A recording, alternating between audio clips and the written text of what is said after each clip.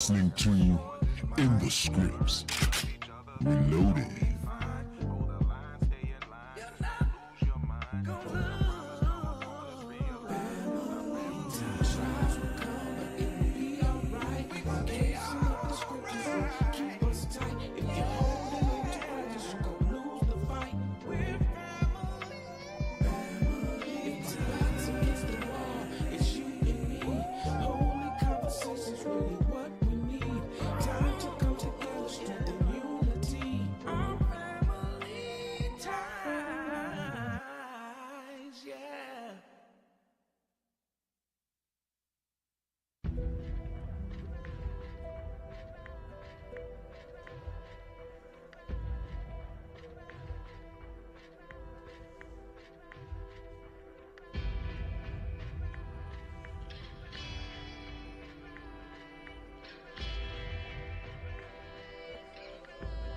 You're listening to In the Scripts, Reloaded.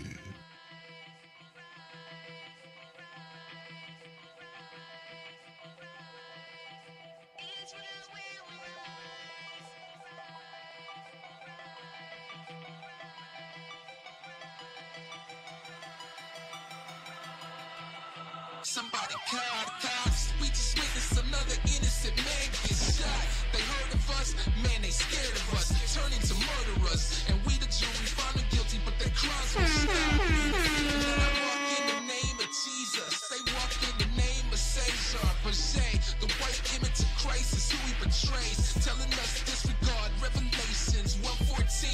And when the truth comes out, they ask, does color matter? I asked them, did it when we got scattered, when they raped our women, murdered our children, and at the end of the day we still weren't paid, working for breadcrumbs, last hired, request the Sabbath off, first fired, no regards for the name of Jesus, but in God we trust, his words won't leave us, his laws ain't grievous, converting the souls, we should have kept the laws when we first was told, now we out here marching, looking for a strand of hope, but God's laws we won't hearken. You're listening to In the Scripts, Reloaded.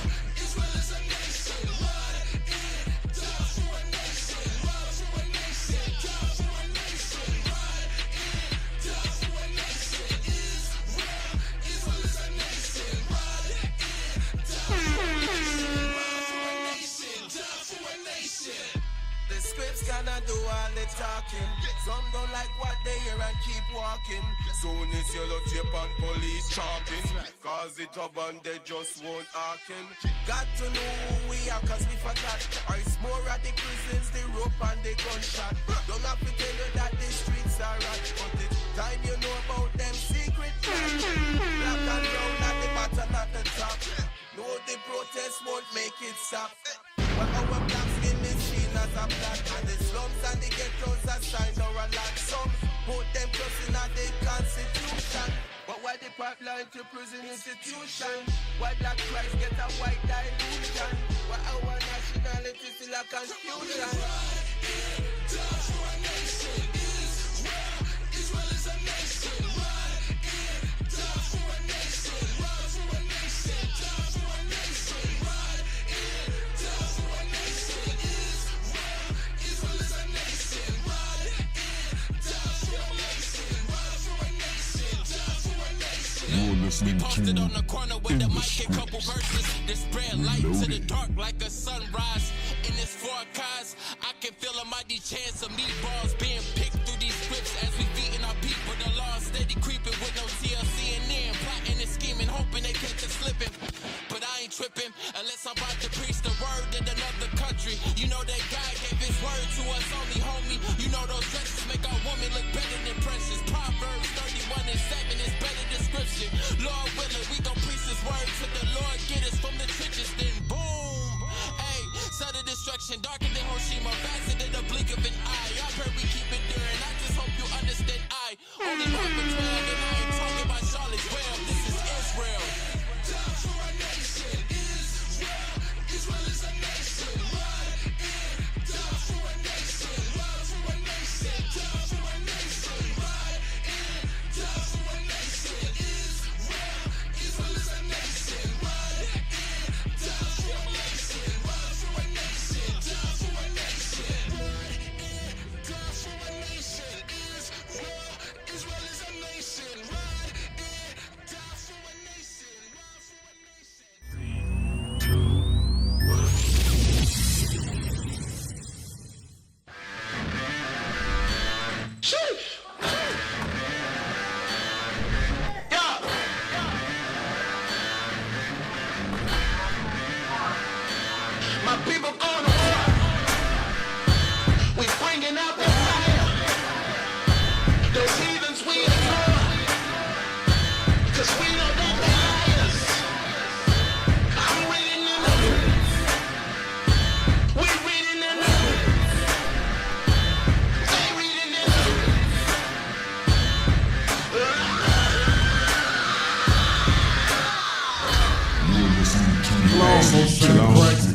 Woo!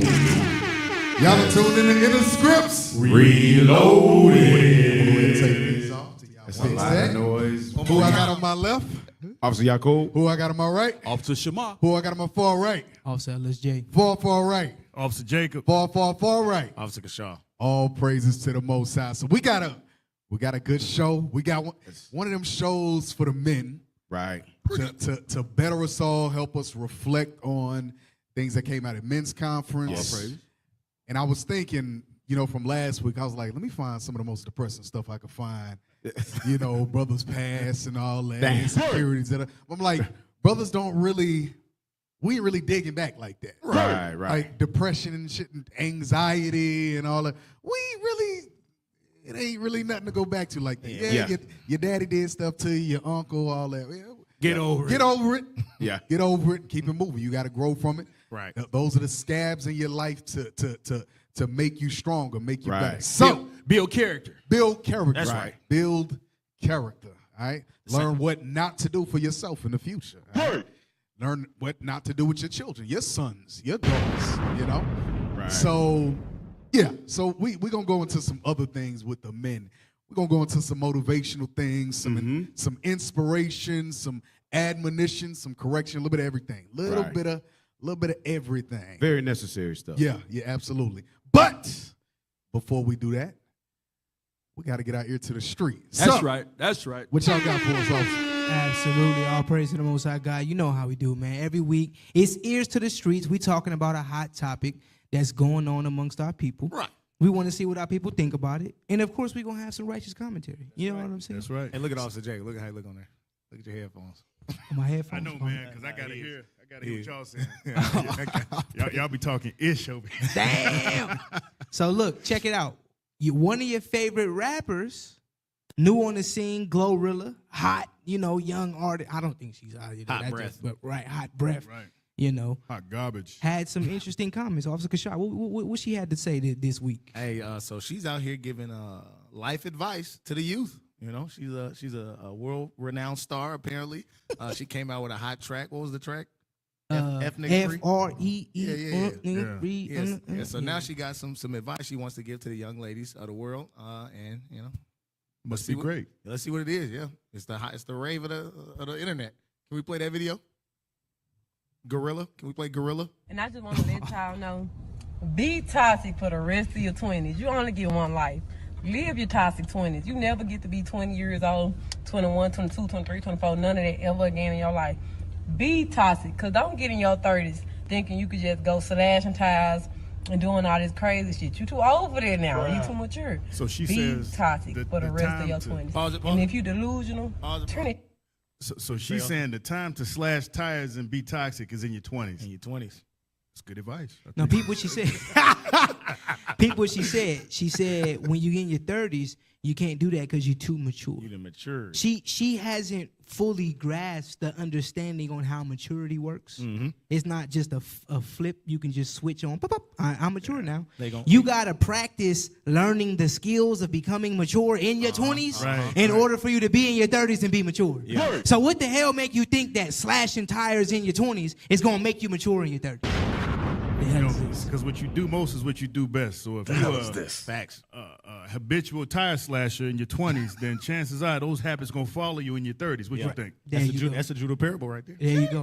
What was the Judah parable? What you do most is what you do best. That's right. And not only will those habits follow you, but the consequences follow you. Facts. The mindset follows you. And I know it's kind of leading into what we're going to talk about today on the show with the insecurities. A lot of these things our people do because of insecurities, because of the mental hangups they have in their brain. That stuff don't just go away. You got to put tangible work towards fixing your mental problems. I was reading one of the articles, just doing the back research behind this, and one of the psychologists, whatever he was, he had an article, and he said all of the big changes that happens to somebody's personality, the characteristic traits, will happen in they teens and they 20s. So by the time you get to your 30s, really, if you're looking at somebody in their 30, 35, that's the person you probably gonna be looking at 85, at 8 o'clock. He said you'll still see some change, but amongst the studies or however many, I think it was 1,500 people that they studied, they said it was only slight a slight difference or a slight change. Wow. So she's saying get used to it in your 20s, but like you were saying, you don't just wake up on 30 and you be like, I'm no longer gonna slash tires no more. That ain't how it works. Hey, she said some more too. Play the rest of the video. Watch what she says. Just go slashing tires and doing all this crazy shit. You too old for that now. You too mature. Be toxic for the rest of your 20s. And if you delusional, If you turn what? that shit up a If notch. you delusional, she said turn it up a notch. Wow. You know what? You know what a 25-year-old delusional toxic woman turns into? What's that? A 55-year-old single bitter ass woman. That's what the part she don't understand. You can't be delusional and toxic in your 20s, and then you getting every Tom, Dick, and Harry slanging slaw, as my brother would say. Shout out to Officer Obadiah, Ohio, all praises. Slanging slaw all up in you, right? and then you 55 and you wonder where all the good men at. So LSJ, so she's gonna reinforce that behavior to her kids. They grew up from slaw. From slaw, getting slanging up in Yeah, absolutely. So that's a bad deal, right? It's all bad. It's terrible. The hell is this? Hey, let's see some of those comments. What's some of the comments? What the people had to say? Because Gorilla, she's a world-renowned star now. Got her teeth fixed.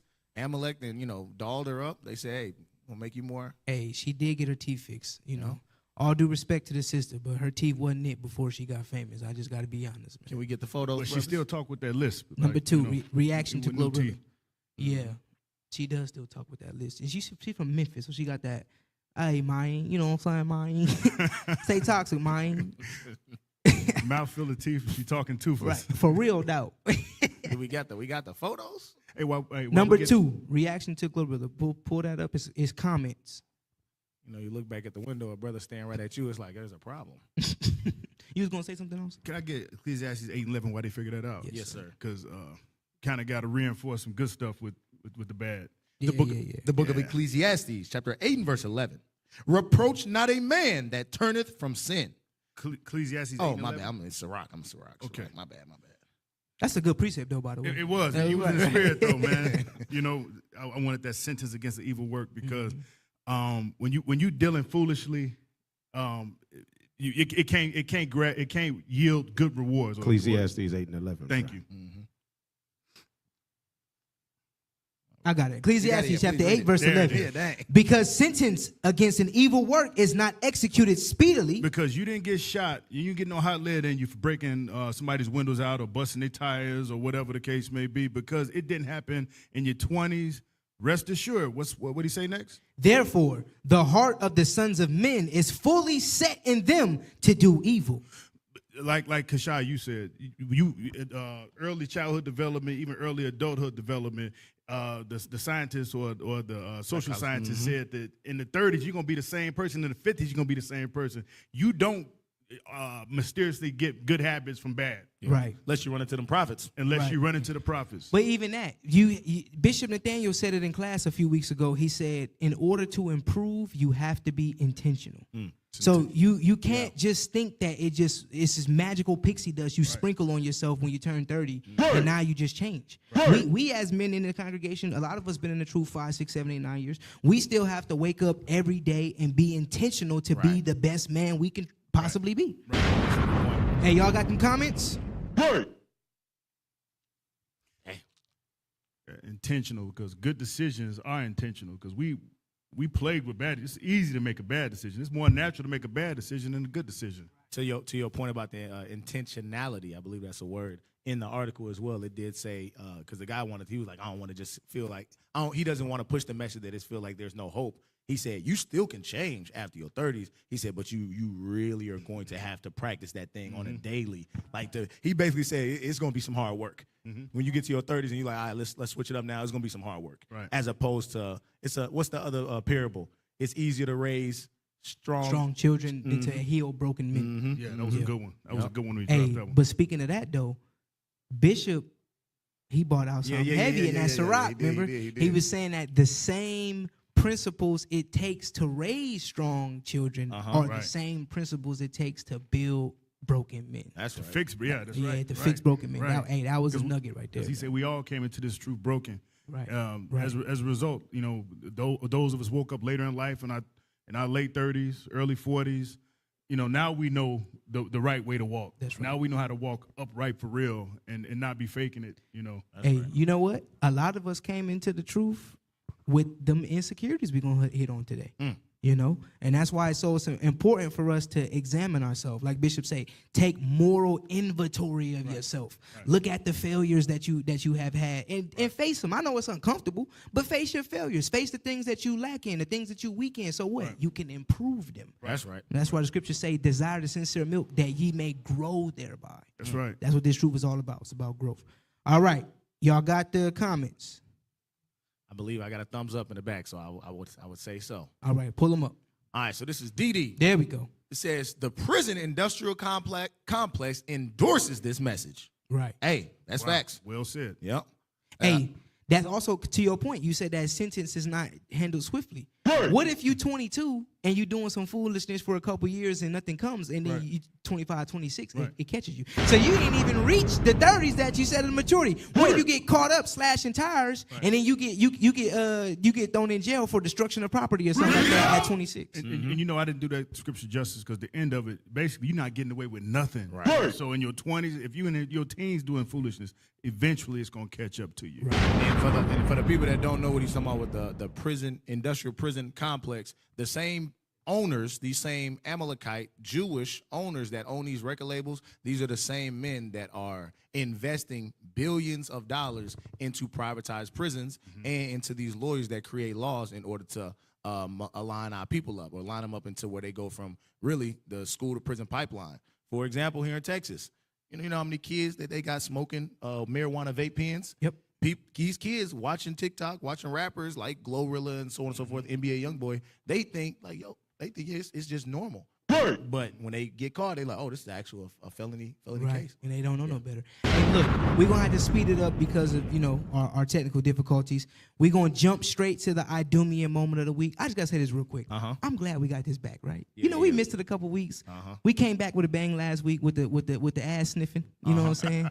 And we got another crazy one. We got a captain like that one, man. He kind of frowned upon us, man. He's a serious dude, man. Yeah, man. Hey, Officer Kashah, man, what we got for Idumean moment? I just want everybody to know, man, if you've been using irons normally, how we would normally use them, in the laundry room, in the living room when you watching TV, it's just a testament of us being in captivity. All right, can we play this Edomite moment of the week, to show you that we are in captivity? Ironing boards testify about our captivity. Ironing. It's certainly not meant to be normal. Normal's boring. Oh, wow. Oh, me. I'm Matt from New Zealand, and I've been doing extreme ironing about 4 years. The idea with extreme ironing is to find the craziest place you can iron. A Scottish lake, up a hill somewhere, or sometimes on a cave is also good fun. It's important to look your best as well. We try and have a good suit jacket on, so you can really look good as you're doing your ironing. These rocks are pretty hot at the moment. Where am I going to plug this into? Hang on. On top of a mountain. It's not that I want to show off myself, it's more that I want to get other people involved. Most of my friends and family are quite supportive of the ironing. It's nice to have a few people looking on. There we are. I definitely think escapism is an important part of life. During the day I study astrophysics, so it's nice to have something like extreme ironing. It's a great way to just get out of everyday life, just have a bit of fun. Look at that. Hey, look, I think they missed at the beginning. He said ironing is not meant to be normal. Hey. If ironing ain't meant to be normal, what the hell else in life is supposed to be? That's the most normal thing you can do. In captivity. That's what I'm saying. That's just too extreme. I'd rather be wrinkled. I'd rather just stay wrinkled and go climb a mountain to go iron a shirt. See, listen, that's what I'm trying to tell y'all. We in captivity. We just thought it belonged up in the house. Right. I would recommend we all bring our ironing boards to Tabernacles this year on a backpack. Some people do that, though. Some people iron at Tabernacles. But think about it. If you, even at Tabernacles, you ironing in your tent. He looking like hell. No. You ironing in your tent, though. You ain't gonna go hike through the wilderness and iron on the side of a tree. You notice they mention caves. This only tells me that they read the Bible. You know what I'm saying? They know where they from. They know they from the clefts of the mountains, and this is one of those fantasies they had back at that time. Not only that, they probably read Revelation 13 and 10. Because guess what? They trying to look at the fatness of the land. They said, let's iron up there. It's evidence, man. I believe it. Man. Hey, listen, man. So look, y'all have it again. Glorilla is telling us this is some foolishness. Edomites are ironing the garments that they're going to get beat up in at the boardwalk. Damn. In the boardwalk and on the mountain. So, hey, you know. We're going to dig them out of them rocks. Hey, we going to dig them out of them rocks with their ironing board included. With a wrinkled shirt. All praise to the Most High. It's back to you, Cap. All praise to the Most High. You know, you can only be white and be in the mountains, Right. in the clefts of the rocks. Captivity, I told you. Ironing. That's only white people do that. Right. Only Right. Edomites do that. Right. They got enough money. They got I enough was thinking- resources. I was thinking They the got same enough time. thing. They got enough freedom. Right. To do some. Black people ain't up on those damn mountains ironing. Right. Oh, iron in the mountain. When we iron in our suit, we trying to get a job to pay We some trying bills. to job, man. Cap, they skydiving. Right. They skydiving on the I went down the rabbit hole. He needs some Hey, milk. to your point about them having all the money, you heard what he said. He said he's an astrophysicist. Astrophysicist. So just ironing on he got the weekends. money. See. That's He why got he the money, right, he got that's the why time. he, yeah, Right, Got the right. time. yeah. Woo! Well, alrighty then. Alrighty then. Well. So, brothers, we're gonna deal with. We're gonna start from the beginning in terms of us as men, how we grew up, how we were raised. And actually, I got a question. Y'all know sometimes I come up with these pop quizzes for y'all. Mm-hmm. So I got some questions. We're gonna start with Officer Kasha. Give us what? No, I'm trying to. You trying to do something? All right, do fix your something thing. for We're you, gonna sir. start with LSJ. LSJ, give us a little background of your upbringing. Oh man. Oh man. All right, on the spot. Okay, so I was born and raised in Columbus, Ohio. You Okay. know, all praise to the Most High. Too I- bad. I feel sorry for you. But go ahead. Right. Now, I will say this: I am rare, unfortunately, in the sense of our community. I did have my father in my life, my whole life. So all praises, shout out to my pops. Born and raised in the neighborhood, you know, like most of us. You know, my brothers lived some questionable lifestyles that I tried to stay away from. Grew up playing sports, playing football, basketball, ran track. I boxed a little bit, and then I came into the truth at 16. So all praise to the Most High. My brother found the truth. He told the family. My dad started watching on YouTube, found IUIC, and you know I was able to come into the truth that young. But I will say this: one thing that even though I had both parents in my life, and I do want to give all respect to my parents. Their relationship wasn't the best always. So it's certain things I noticed in the household that had an effect on me with relationship dynamics, with not seeing the proper order of a household, not seeing the reverence and the respect and so on and so forth, dealing with spirits of anger, spirits of bitterness, things like that. So to your point, when you talking about the going through the past and the insecurities and stuff, I started thinking when I seen it in the group, I'm like, dang, it's some things I need to go look at. Right? Some things you got to All revisit praises. and be like, Yeah. okay, is that do I carry those traits now? Is that Right. something I need to fix? You right. Yeah. All right. All praises. So, Officer Jacob. Grew up in Gary, Indiana, which is, you know, what some would say would be the armpit of the United States of America. But I think I had a good upbringing. My father was a cop, mother was a beautician. She was a beautician, beauty salon owner. So here's the thing: saw some dysfunctional stuff, you know, coming up. You know, marriage. Although they was married till he died, you know, I seen some jacked up stuff, you know, in terms of infidelity, which led to some real embarrassment. You know, I'm talking like mother coming to the school, beat up the teacher type stuff. You know? So to say the least, you know, I wish I had the scriptures then. I wish we had the medicine then. We don't, and we didn't, but now we do. So if they take heed to what's coming out right now that the water's rising, I think that more families can be saved through these scriptures. All praise. Officer Yakub. I grew up dysfunctional as hell. So even though I grew up with in my age group, a lot of us had stepfathers in the house. So I grew up with a stepfather in the house, but he worked all the time. And besides working all the time, when he was home, he didn't have much interest in doing anything else. I don't ever remember him being at any events, you know, sporting events. He gave me all of the daddy talks and everything, so he was my father. But my mom ran the house, and my mom ran everything. And to be honest, it wasn't until I was an adult and began to look back that I realized that I resented that, because I started realizing the way that I was dealing with women and the women I was dealing with was because of what I was seeing with my mom. And I didn't, probably right around 30, I realized that I didn't understand manhood and so forth. So I went looking for, began looking for it. But it caused dysfunction, and it still causes dysfunction because, there's still some things now that'll pop up. And then, the only thing that you have is you can think back on the scriptures and be like, okay, damn, all right, I got to switch that up. I can't move like that. But it definitely caused dysfunction. Okay. Officer Kasha. So born Pine Bluff, Arkansas. We moved after my fifth grade to Michigan. Then after that, senior year to Texas. Single parent household. So my mom, I got my two brothers, older, younger. She never got to the points where it was a stepdad type thing, but it was one of the ones where it's like the scripture that talk about a woman that maintained a husband or a man. She tried to maintain a lot of sorry dudes, and they eventually just fell out. And if they wasn't sorry, it was like, okay, this is not the type of dude that you really want to be dealing with type of stuff. Outside of that, it was just I told one of my college professors one time, because they were talking about like, where'd you get your models, like who were your role models growing up?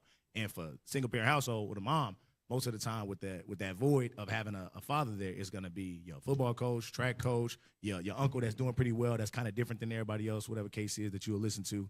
And she said it was some kind of term for it, but I forget. But outside of that, it was sports. School really wasn't interested in it until I got to college, and I realized, like, okay, I'm not playing any sports anymore, so I kind of need to kind of lean heavy into the school, unless I want to be like my uncles, cousins, brothers that I'm seeing, and they just smoke a weed and ain't doing nothing, shiftless kind of stuff. But yeah, kind of, I say more along the lines of like, hey, wherever the opportunity arises, just get it, I guess. Okay.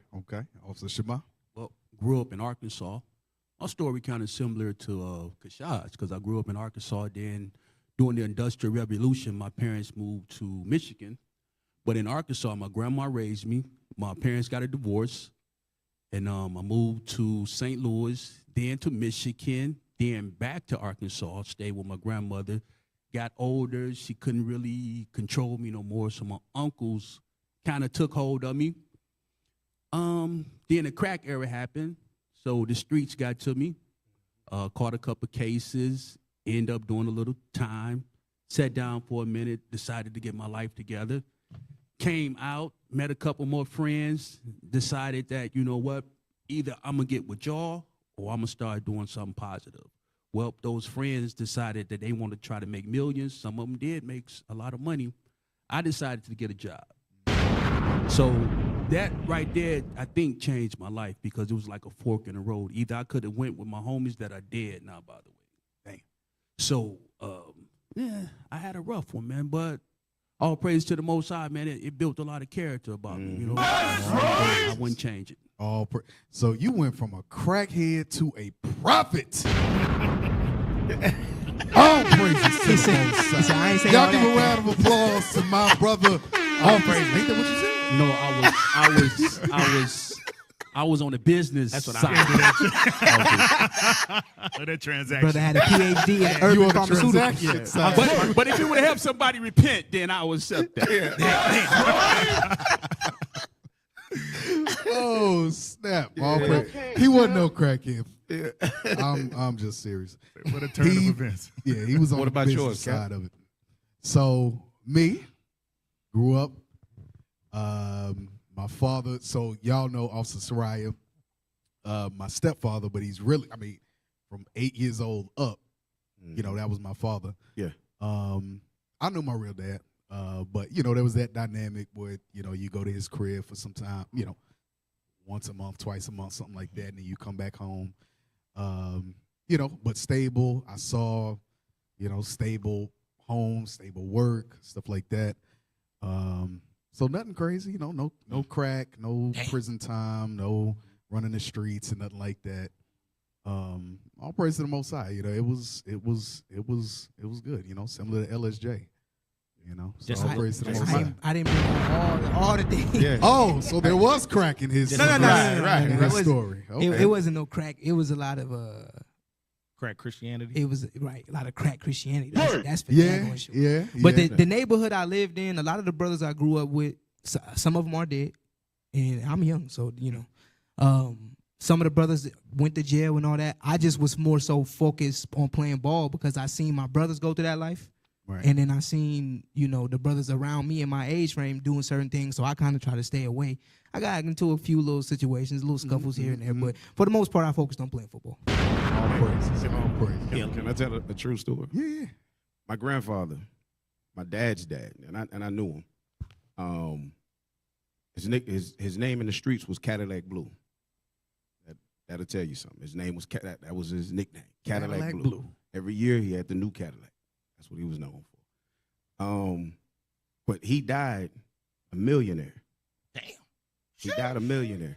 Okay. But because of the relationship that he had with my father, he and my father's relationship wasn't good. When he died, my father received a phone call from a bank in East Texas saying, hey, your father died, but he had left this, that, and the third, but we noticed lately that there's money coming off of this account. We don't know that you know this.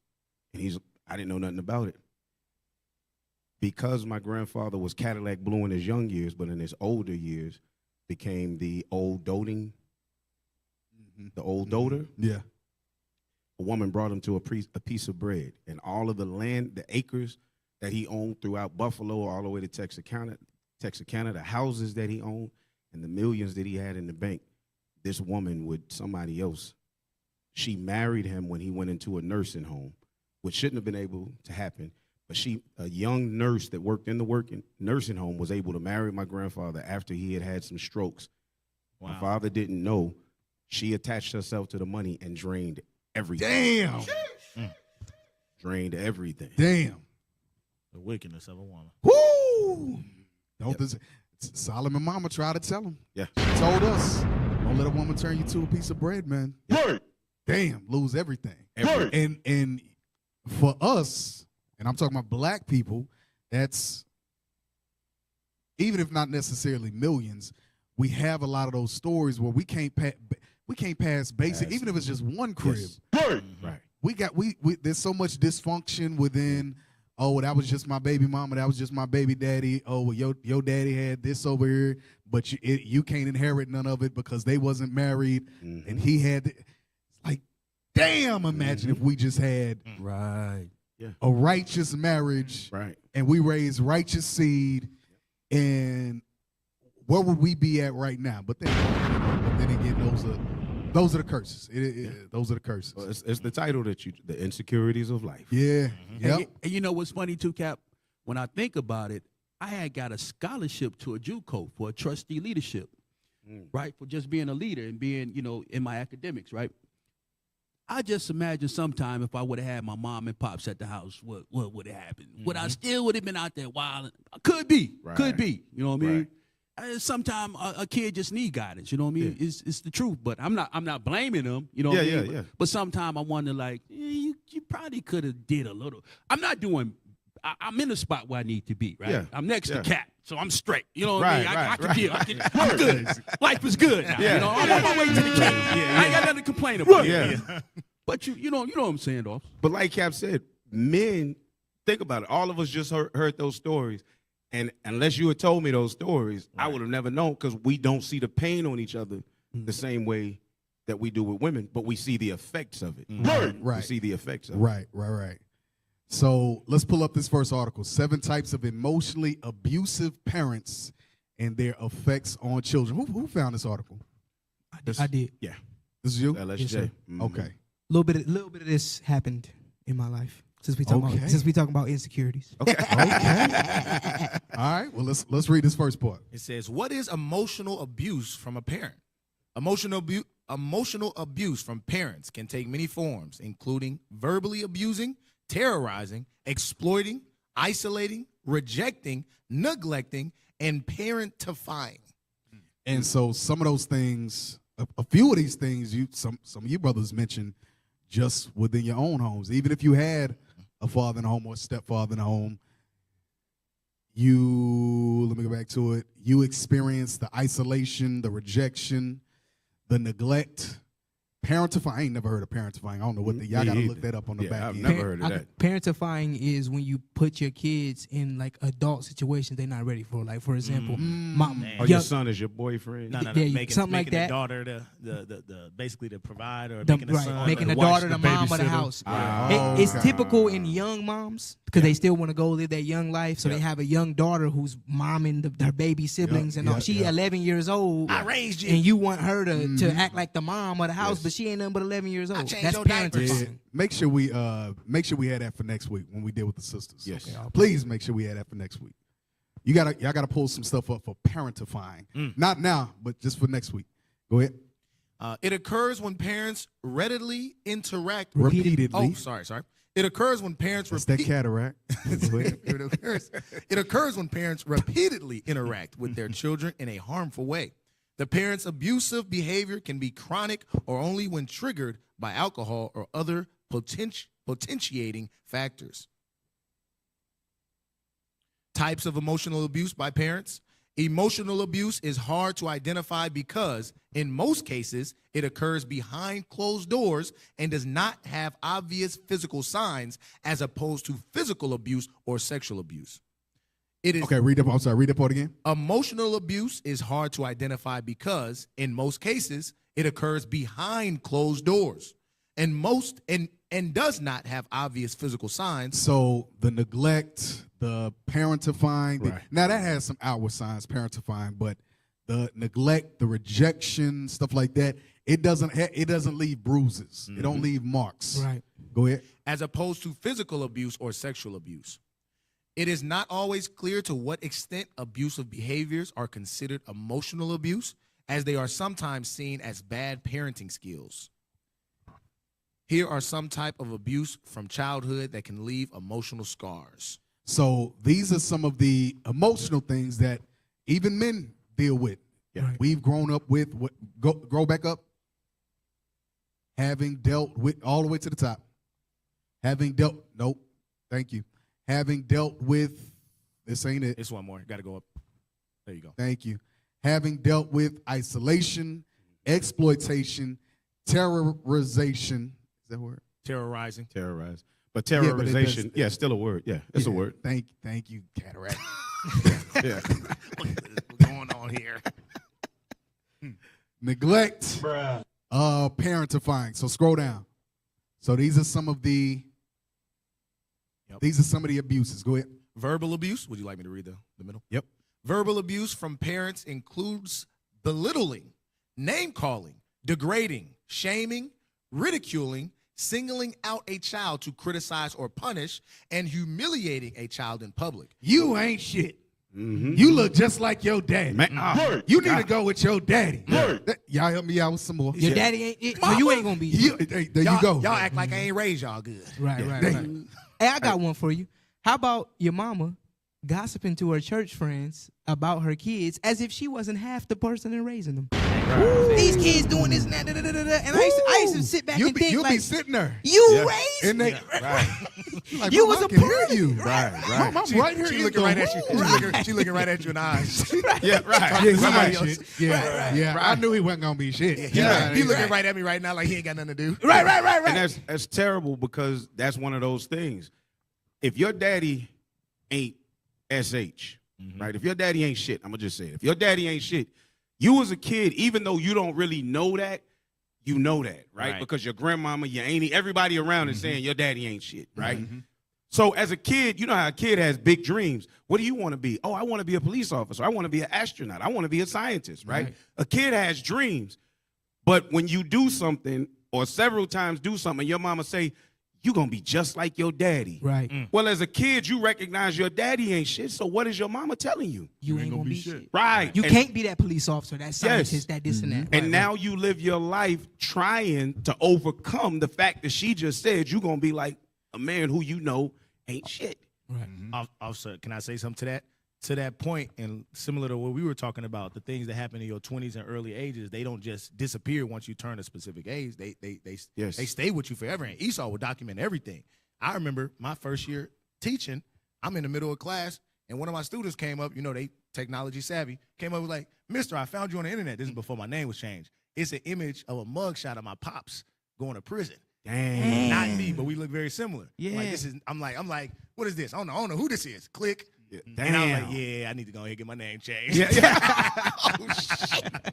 Damn. Hey, Damn. Oh, pretending to be an FBI agent, robbing Yeah. people in Little Rock. Yeah. God, dog. He said, "Mister, is this you?"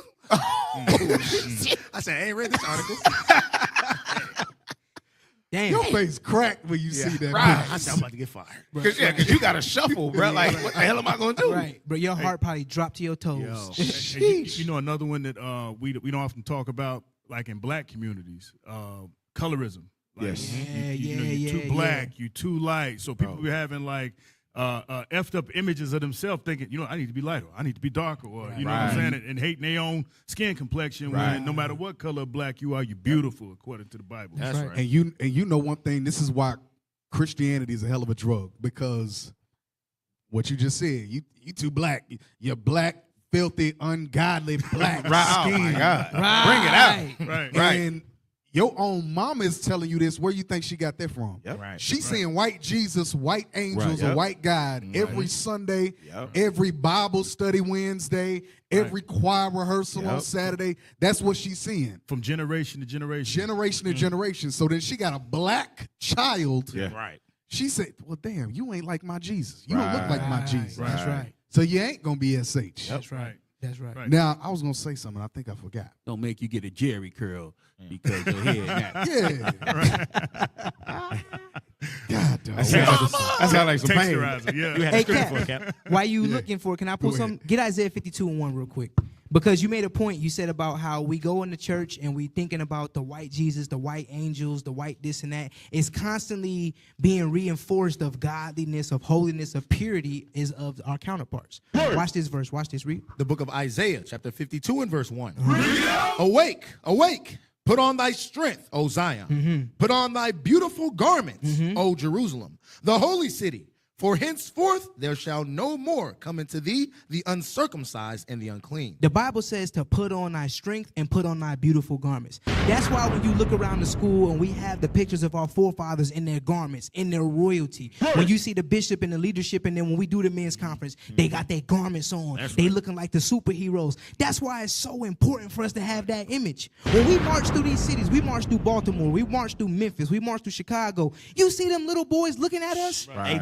They got a twinkle in their eye, like, wow, look at these men that look like me. I can be like that. Right. And I'm starting to see that with my own son, too. He's 2 years old. Anytime IUIC come on the TV, he jump up, he running, he looking, he pointing at the screen, he getting excited. That's important. So for all you Christians that say, it doesn't matter what Jesus look like in the image, all that bull crap you talking about, we going to keep teaching the black Messiah. That's we right. going to keep showing the images of the black Messiah. right. we going to keep putting our leaders in the baddest garments. It don't give a damn what you say about it. we going to keep the bishop on a horse. On a horse. So my children can look up to powerful black men to be a powerful black man one day. That's right. Bishop might come in on an elephant one day. That's good stuff. That's good stuff right there. Oh, snap. Hey, get Sirach 28. So, going back to the verbal abuse, it includes openly telling children they are worthless or calling them derogatory names. Sirach chapter 28, verse 17. The book of Sirach, chapter 28 and verse 17. The stroke of the whip maketh marks in the flesh. That's why I said what we're dealing with is not so much physical. A whip will make marks in the flesh, right? Go ahead. But the stroke of the tongue breaketh the bones. But the stroke of the tongue will break the bones. It will break a spirit. Right. So you got this young boy, 10, 11, 12, 15, 18, whatever years old, and all he's heard his whole life, he ain't SH. Where you think he gonna go to get some encouraging words? He gonna go to the streets. Right. He gonna go to the niggas that's on the corner. Because they tell him, yo, you get some money. Get out here and get some money, man. You see, we got all the hoes. We got all that. Right. Yeah. He gonna go somewhere where he can get some encouraging words. Right. He has not seen the police officer, the doctor, the brother that's in IT. He hasn't seen the father that's worth SH. Yes. Right. In his Right. words. Right. Even though his ain't SH mama married a ASH Negro. Right. But that's another story for another day. Right. That's another show. That's another show. Hey, Cap, there's more on that. No. I'm gonna get to it, but so he ain't seen no positivity. he hasn't seen no positivity. Yeah. No positivity. So not only has he not seen positivity, he's never heard a positive word outside of Brenda. I don't know if they still call him Brenda, naming him Brenda in Probably not, 2023. Yeah, whatever. yeah, We're gonna go with Brenda. Whatever. Brenda, old name, but I know a lot of Brenda. We think we know what you're talking I about. know, yeah. That's an old. That's a name from my era. But Brenda, she gonna whisper in his ear. Yeah. Because he already insecure. Right. So any sort of sweet, flattering words, he gonna run with it. So then you wonder why he got 2, 3, 4 kids running around the streets. Right. Because he done gave ear to every flattering word. Yes. Because he's always heard he ain't SH. That's the first time he done heard. Right. Because even his teachers, it's a bunch of white teachers he with. They saying you ain't SH. I'm just giving you, I just don't want you to go to jail. Right. And in some cases, Cap, you'll have the white teachers where they'll see the situation. They'll be like, okay, this one I'll speak some kind words to, and that'll be that seed that's planted where he gets older. You're like, all right, I'm just get myself a white woman, because the only person that ever talked to me nice was Miss Carol. That's my right. English Damn. teacher. Right. That's right. You know. Yeah, that's true. Dang. That's heavy. Read on. Verse 18. Many have fallen by the edge of the sword, So many have fallen by the edge of the sword. Go ahead. but not so many as have fallen by the tongue. But not so many. You have an entire nation of young men that have fallen by the tongue of a woman. Remember, the scripture says a wicked woman would abate the courage, right? Yes. I think that's just dealing with husbands. Right. These women, these especially these young girls. Yeah, what's this chick name that y'all just Glorilla? Glorilla, yeah. talking about be toxic. Yeah. They got kids. I assume Glorilla got kids. Did you got kids? I don't think so. Not that I heard of. I don't Okay, thank God. She got a so young she ain't got them, but a lot of these girls that act just like her, they got kids. They toxic as hell. You saw them They all in her crazy as first all video. hell. Huh? You saw in the first video that she put out, that FNF video.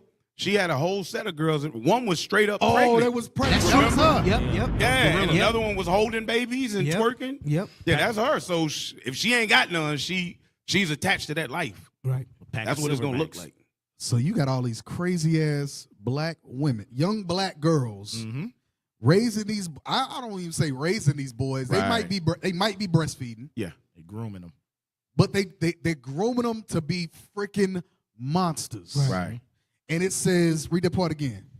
Many have fallen by the edge of the sword, but not so many as have fallen by the tongue. And all them, you got an entire generation of young men that are gonna fall by the tongue of these wicked women, by the tongue of these wicked mothers, by the tongue of the wicked, evil black woman. We talking about the unrepentant. So sisters in the, if it don't apply, let it fly. Yes. Right. But if it do apply, fix it. You know what else too, Cap? To your point about the tongue, Yeah. those young boys that were raised by those mothers, and if they just so happen to be in their kid's life, because they've been reinforced with that type of speaking, they gonna speak to their son the same way.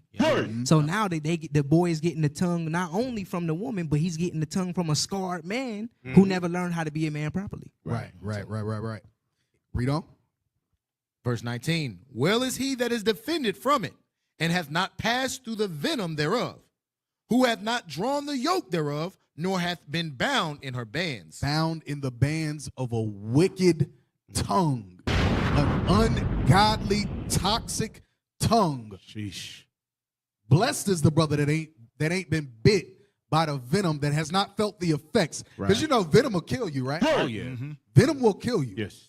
So the scripture just said, wicked words, a wicked tongue, you will die by that.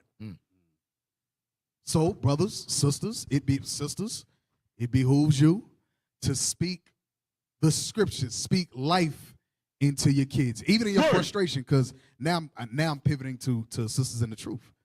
Is that in your frustration, you'll say things that are so out the spirit that you don't even understand that you're abating the courage. You are discouraging. You are on the verge of verbal abuse.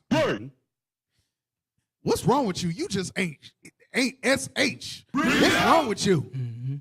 Sit your dumb ass down somewhere. All this. I understand you. I understand you get frustrated. I get it. Yeah. I get it. But use the scriptures. Yeah. Use the scriptures. We got them. You look like you got something. I do. What you got? Proverbs 18 and 21. My eyes lit up or something. You saw me. Yep. The book of Proverbs, chapter 18 and verse 21. All this does is double up on what you just said, Cap. You said it perfectly, but this is Proverbs 18 saying the same exact thing. Read. Death and life are in the power of the tongue, Read. and they that love it shall eat the fruit thereof. So if you're going to speak death, or you're going to speak life. I mean, so we really got to be mindful of our speech, especially the sisters, the mothers, the fathers, people in those parental roles. What they say has a huge impact on the development of those kids, whether it be negative or positive, whether it be life or whether it be death. Because every day, excuse me, Cap, because every day you can speak to your child and you can tell them, one day, son, you're going to be great. Right. I can see it on you're going to be great. You're going to be something special in the world. Mm-hmm. Your son to remember that day. Right. Even if you tell that, even if a mother tells that to a son that's not hers, he will remember that woman saying that. Or she will remember that. A little daughter will remember that.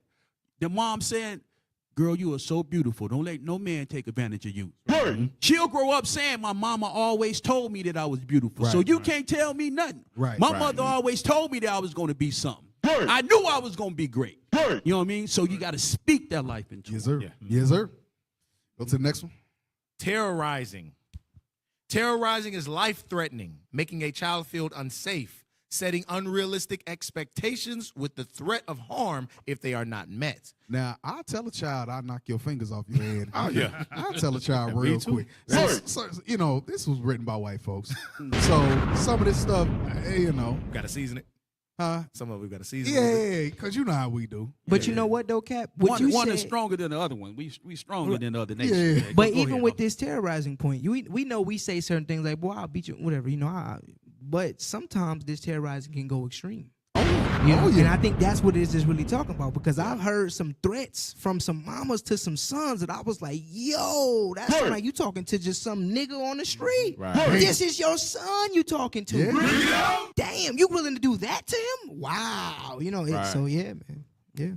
Damn. That language get real aggressive, man. At least in the 2000s, I believe, when the baby mamas, that the crackhead baby mamas, the crackhead babies that had babies, they'll talk to their kids like, B, I'll bust you upside your MF head. They would talk to their 3-year-old daughter like that, a 5-year-old kid like that. Yeah.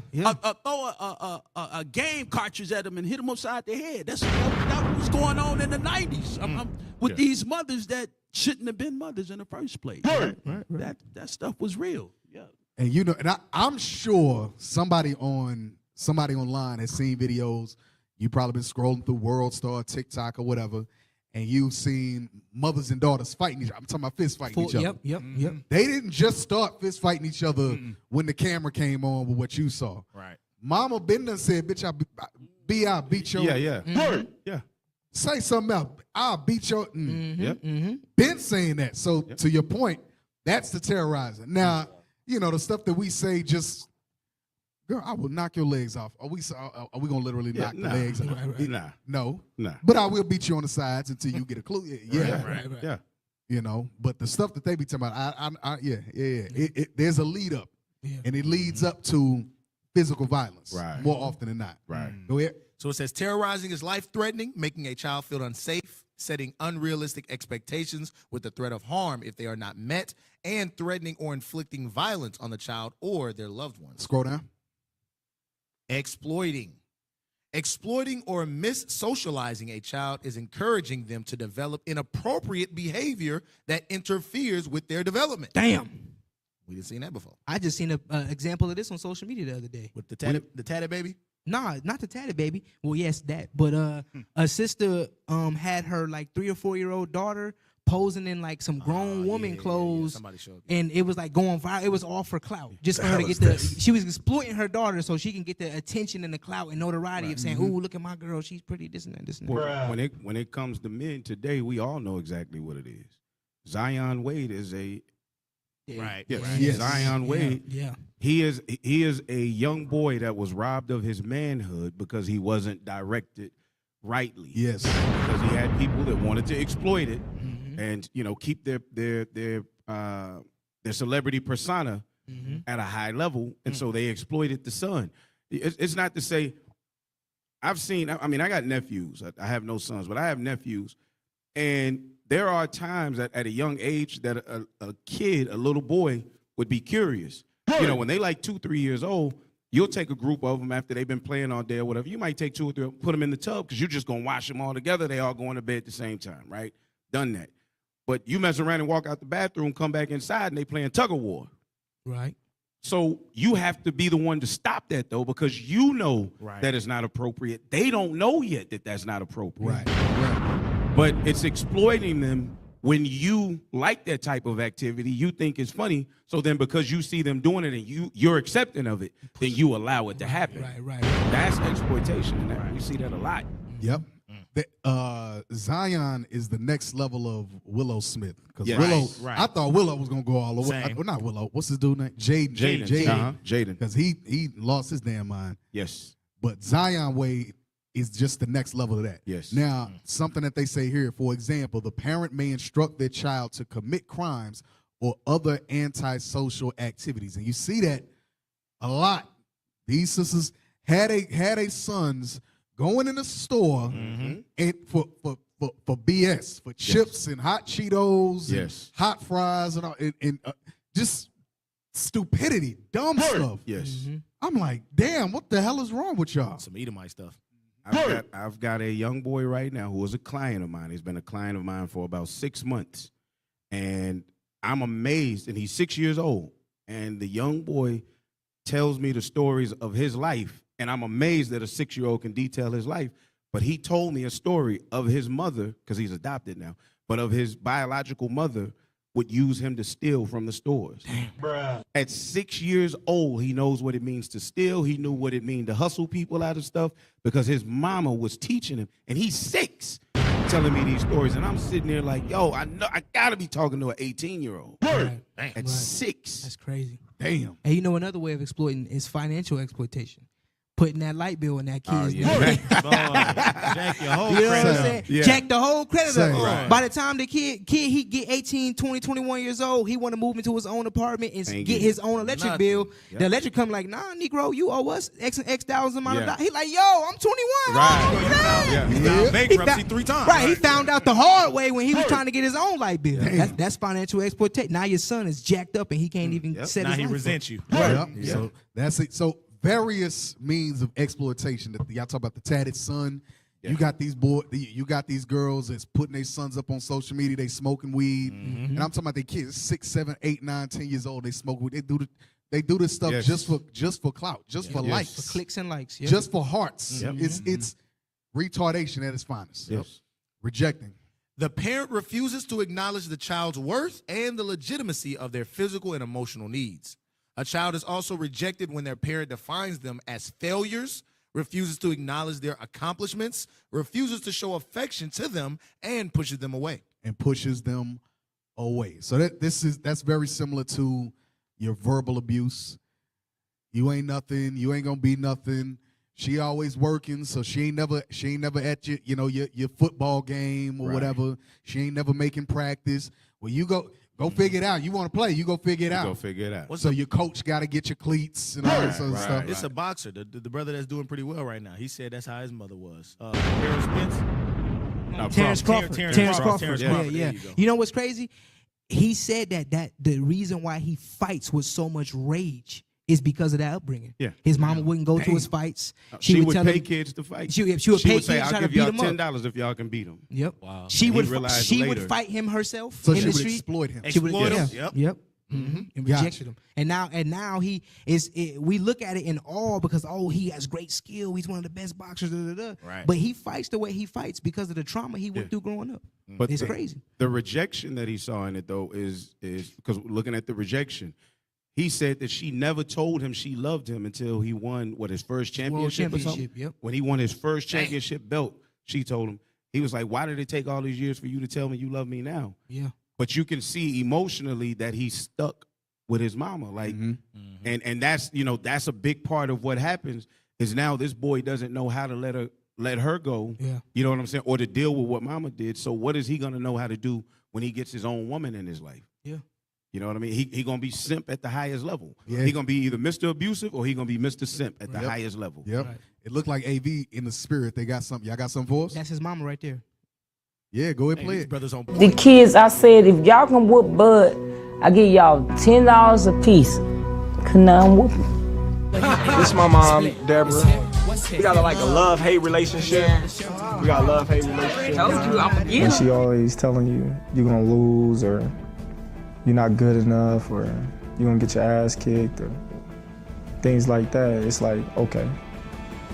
When I win this tournament, she gonna say congratulations or good job or I'm proud of you.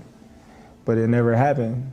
Some things that I said to him, I wanted him to be a man. Don't be afraid of nobody. That's a hard lesson to learn. You're 12, 13. Yeah, but he had to learn it.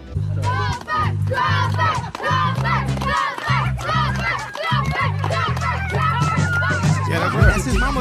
Yes, that's his mama still scoring. It's kind of 13 where I'm from. Where I'm.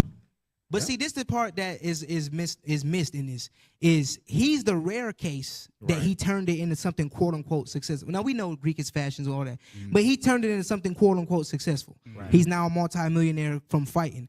How many of these brothers take that same aggressive fighting mentality and don't do it in an organized manner in the ring, but do it on the streets and end up going to jail or being killed? Matter of fact, killing they brother. he actually was like, he got shot in his head.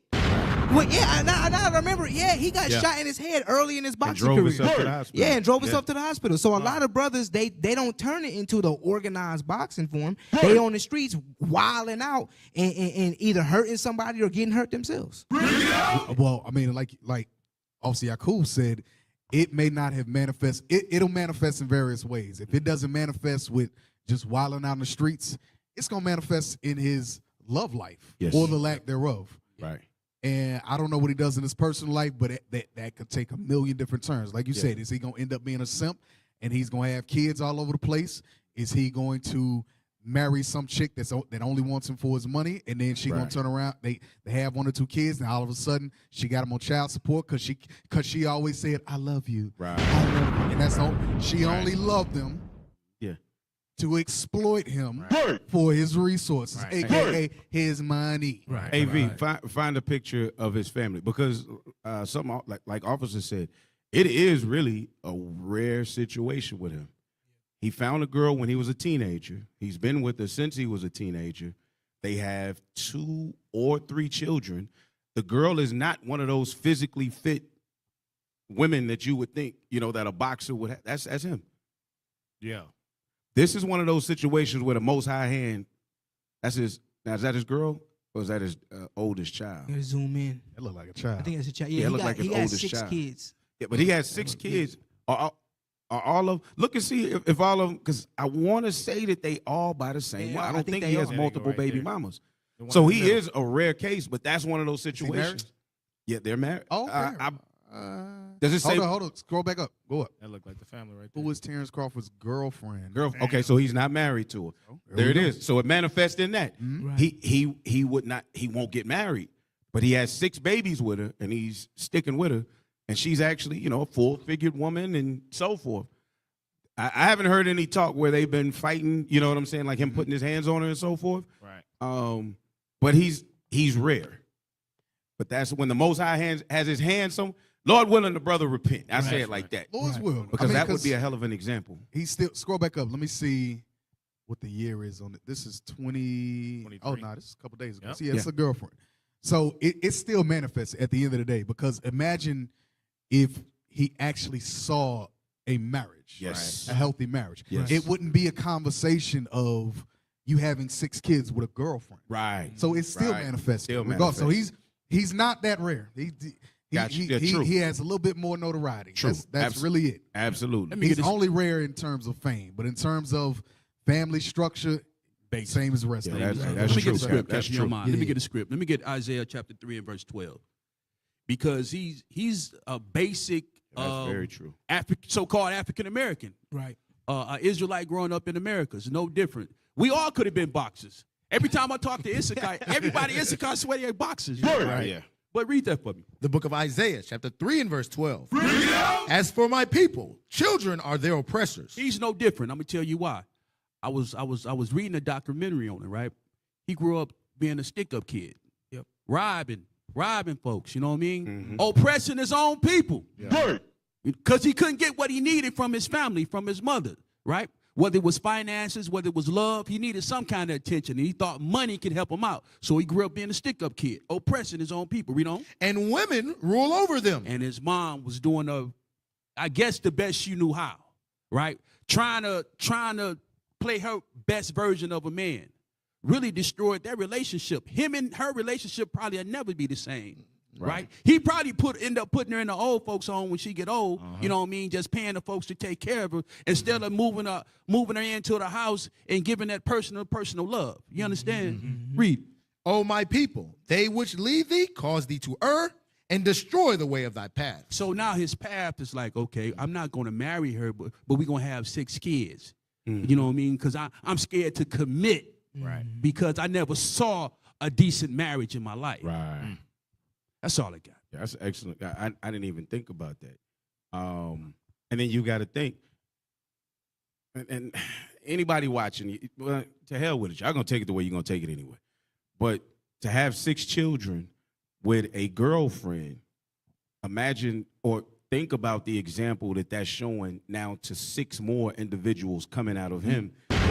You know what I'm saying? Yep. So however many sons he had, that's a duplicated process. Right. And when it comes to actually understanding the building of a nation, their mindset is not set on. Yeah, it's not in them to build a nation. Give me Sirach 16, verse 1 and 2. And why? Because I don't want to forget what I'm going to say. Okay. You also, that goes back to the inheritance. Now, Yeah. he got all this money. Right. If he drops dead tomorrow, Mama. where's that money going? Right. To the mama. It ain't going to the kids. Right. It's not going to the girlfriend. Right. It's going to the mama, depending on what they got set up. But I highly doubt Right. they got certain things. I mean, I don't know, but Yeah. Go ahead. Yeah. Read that. Typically, though, Cap, they don't have nothing set up. When No, you, when yep. you look Right. at the overall basis of so-called African Americans. Yeah, because I should have been a millionaire if it was done right. Yeah, but thank the Lord you wasn't. Yeah, 'cause hey, you the might most I not knew, be I here. yeah, he knew I was a damn fool. Yeah, yeah. The book of Sirach, chapter 16 and verse 1 and 2. Desire not a multitude of unprofitable children. Now, this is not talking bad about any of his children. Unprofitable children is mean they're not profitable to God. They're not profitable to the bringing forth of the truth, right? A good tree brings good fruit. Bad tree brings bad fruit. So not profitable now, because it's not to say the Most High can't breathe the breath of life into them. But right now, don't desire a multitude of unprofitable children, meaning children that do not know the commandments of God. Right? Neither delight in ungodly sons. And that's why it says that ungodly sons, those that don't know to keep the commandments. Go ahead. Though they multiply, rejoice not in them, except the fear of the Lord be with them. So you can't even rejoice in having 6 to 8 kids all by one woman, because even though it sounds good, if the Most High is not mixed into it, then it's not built on a solid foundation. All right, so we're going to take a quick commercial break, and we're going to come back to isolating one of the 7 traits of, what was this? Bad parenting, basically. All right? Lawsville will be back in a minute. Y'all are tuned in the scripts.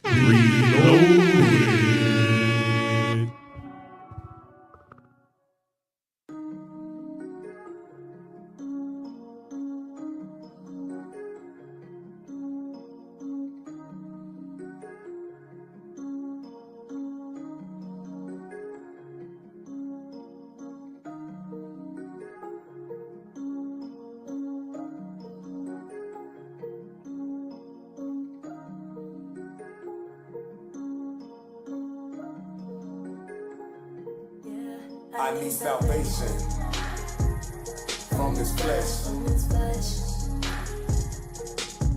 I need redemption because I'm vexed. Yeah, I'm praying he listens. Cause I got a thorn that is deep in me. And I've been torn, evil is with me. Consumed with envy, lust is tempting. Can I give in to sin? Thoughts on replay, spinning again, no DJ. Running this race, no relay. Getting the scripts, no delay. I'm in need of medicine, sitting in the streets and in need of residence. Look in my closet, you might see a skeleton. Locking the door, I cannot let the devil in. But he gon' knock, knock, knock. I feel it when I'm tempted. Ain't no exemptions, got me tripping. This my disposition. Diligent inquisition hit me, then it's admonition. That's the way of life, that's the other option. So I better think twice, I'm really a mess. A real life wretch, a walking, talking wreck. Best keep saying just do it like the shoes with the check. I'm fighting to breathe, I'm starting to believe it's a knee on my neck. And Lord, it got me vexed, vexed, vexed. But I cannot be defeated, spirit won't be depleted. I need it, believe it, I find my strength and weakness. I'm eating the bread of life, upload God law through the terabyte when I'm fighting the sin. I'm fighting to win, then go out and fight for my kin. Eat, sleep, then do it again. I need salvation from this flesh. I need redemption because I'm vexed. Yeah, I'm praying he listens. Cause I got a thorn, and it's deep in me. And I've been torn, evil is with me. Consumed with envy, lust is tempting, can I give in to? Yeah, my carnal flesh is weighing me down, my soul is vexed. When the trumpet sound, I know we got next. But I'm throwing punches, trying to pass the test. Satan got my name coming across his desk. I'm watching my back with every step. My thoughts be vexing me. All of these bills be stressing me. Asking the Lord for the recipe, so I cook it up before the death of me. I'm chained down by mortality. I need a new body from my God without a warranty. Lord, when will it end? I know we gotta conquer sin. Standing strong against the wind. It's throwing pricks and it's deep within. And the man in the mirror I'm battling. So with every fast I'm killing them. Starve him out and they don't stand for him. Feed my spirit with the benefits. Restitution, I need all of it. Crack the code, I'm solving it. Truth be told, I'm tossing it. I got to overcome this wickedness. So I give him my all. Get up when I fall. And fight for these laws. Accepting the call. And examine my flaws. Yeah, cause I know that it's me. Denying desires in me. And I look to the highest of strength. I need salvation from this flesh. I need redemption because I'm vexed. Yeah, I'm praying he listens. Cause I got a thorn, then it's deep in me. And I've been torn, evil is with me. Consumed with envy, lust is tempting, and I give in to sin. Place can't match you what you gonna.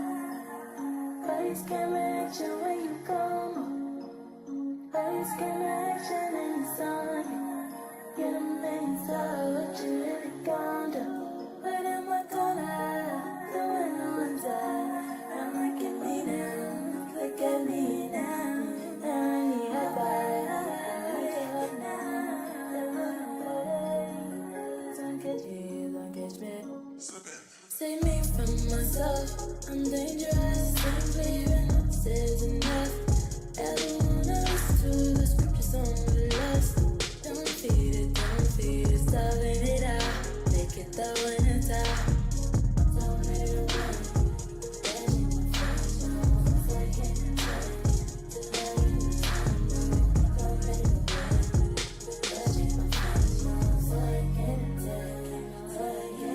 I need salvation from this flesh. I need redemption because I'm vexed. Yeah, I'm praying he listens. Cause I got a thorn, then it's deep in me. And I've been torn, evil.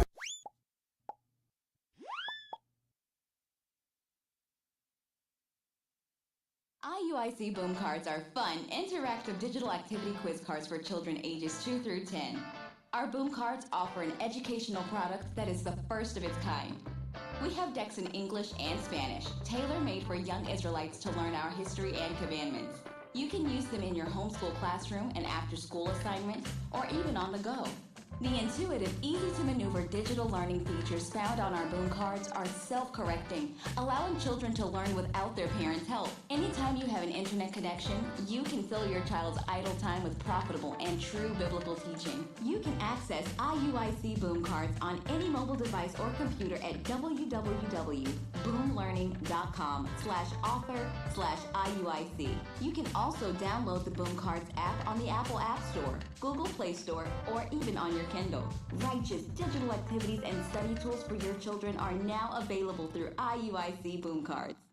Hey, shalom, shalom, shalom. Y'all are tuned in to Inner Scripts. Reloaded. Okay. Let me put my headphones on. I think they work now. Yeah. Hey, my bad. You know me, old school, y'all cool going through stories, man. Yeah, I got stories. New and improved Cadillac Red. Yeah, man. All right, so let's go through isolating. We're going to go back to this article, isolating. Isolating. The parent cuts off the child from normal social interactions. They may confine the child, preventing them from participating in social activities such as family gatherings and school functions. Scroll down. You got anything on that? Yeah, real quick. That they say a lot of times serial killers come from isolated households. So I know it's Edomites, mainly, white people. Right. But that's white people. But they don't learn those social skills. They don't learn how to interact properly with people. They don't learn how to share. They don't learn how to teamwork, how to communicate certain things, and then that's why they be so aggressive, so angry. And that's why they want to unalive people. I've been seeing people on social. They say unalive. So now I want to unalive because they can't say the word because YouTube strikes it. I know that. So they Edomites, they gonna go extreme left. Right. They gonna go far left. Well, I never interacted with anybody. You would think they'd be like, well, I get the freedom to interact with everybody. Right. They like, nah. Let me just unalive them. Right. Yeah. That's Edom. Just because it's Tuesday. Yeah, that's Edom. I knew a brother Cap up in high school, Nigerian, Igbo, and his mom was heavy isolating, like as far as like him going out, but it was isolating, in my opinion, was the good way because he was like, I got to be at home by 9 o'clock, 10 o'clock. Right. Single mom want me at the house, so he would always. But when I would see him, he would always be like, he got a whole grudge. Like we just talking about grudge. He's mad because he's like, man, my friends they out late at the football game. They had a party, this and that, and the brother built up a grudge. Very smart, went to college, graduated, but in my opinion, because of that grudge, he kept on seeing. He looking at the sins and the lust of everybody else. Ended up with a white woman. You know what though? That's a heavy point because they talk about that in college a lot. A lot of, especially girls, but the boys too. A lot of people who grew up in isolated households, when they go to college, because they've been held back from so much social interaction, they, like you said, they want to interact with everything and everybody. They want to try all this new stuff, and that's why they get to college and they get bugged the hell out. They on all type of drugs, doing all type of stuff, all type of fornication and evil because they were so confined too much and they never seen it. Now they back home paying off student loans. Right. Damn. Dropped out. Child neglect. The parent fails to provide basic needs such as food, shelter, and clothing. They may leave a child mentally, physically, or emotionally ill or prevent them from receiving treatment.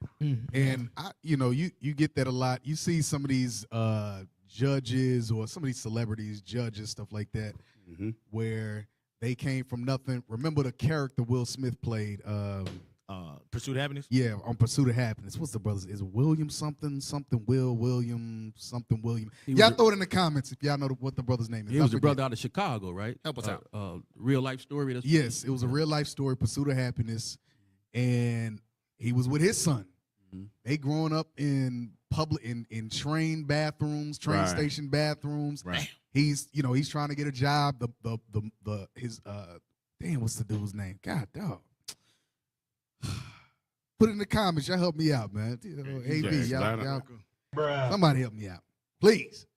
But his wife, I'm gonna say William, just because William, his wife, she was one of those where she was verbally abusive. You ain't that sage, And so the brother got feeble, weak-kneed. Thank you. What's the brother's name? Based on a true story. Click the based on a true story. Yeah, that's what it was. Chris Gardner. That's it. Chris Gardner. Yeah. Yes. Abusive wife, and then the son grows up. He grows up in train station bathrooms and all that. Now, obviously, the story ended up good, and the brother was successful, went on to, you know, pursue a career, all of that. But the point is, the mama, the woman, she pushed. What did the scripture say? Hands and feeble knees. Help me out. Oh, Weak yeah, hands and feeble knees. Sirach 26. Right, Sirach 25. Yeah, I get it believe. for you. You ain't got it right. Made weak hands, feeble knees, and drove her child to the point of a woman that abated the courage. Yeah, sleeping in train station bathrooms. I'm like, man. Right. You get Judge Mathis. I know he grew up in a crazy situation, and it's many other stories that y'all can look up on YouTube with child neglect. Now let's go to the parentification. The parent forces their child to grow up and take on responsibilities they are not ready for.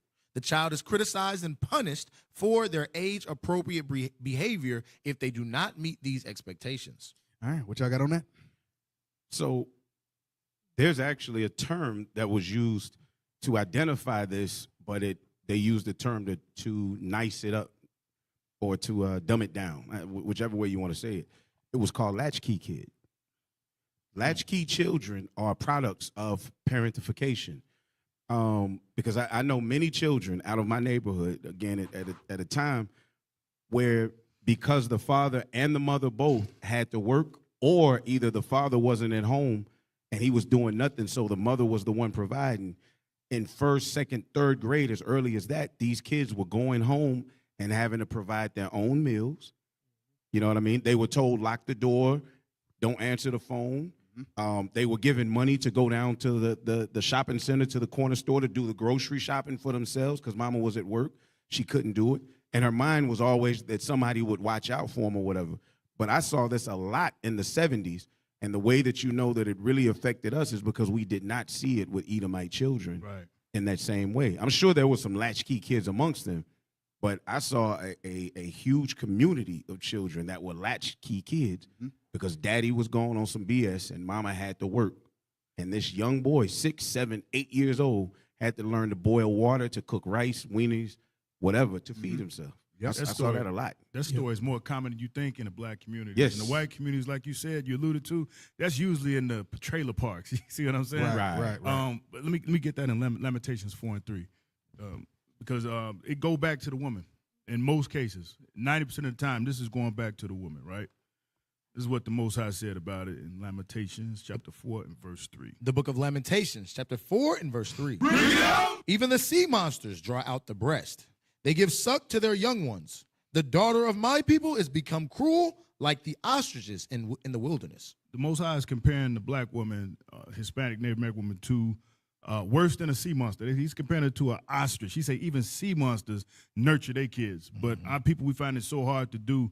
This poverty, this captivity we in, it got to be the Most High's masterpiece. It got to be. So without these scriptures, we'll continue to produce generation after generation just like this. Right. You know what I think about this too? I think I'm suffering from parentification. Yeah. You suffering from that? I'm suffering from that right now. Why? So listen, I'm gonna tell you this is just the truth.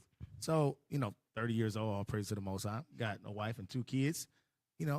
My mama right now, she expect me to pay her bills too. Oh man! I'm like, wait a minute. Like what? Yeah. And I got 2 brothers that they not helping out. And I'm The like, hell is these this? 2 boys, they live with you. Right. I be having to let them know, like, mama, I got a wife and 2 kids. Right. So like I know when parents get older, help them out. But I'm like, mama, you still moving around, you healthy, and you got 2 grown men that's up in the house. Why you mad at me right now?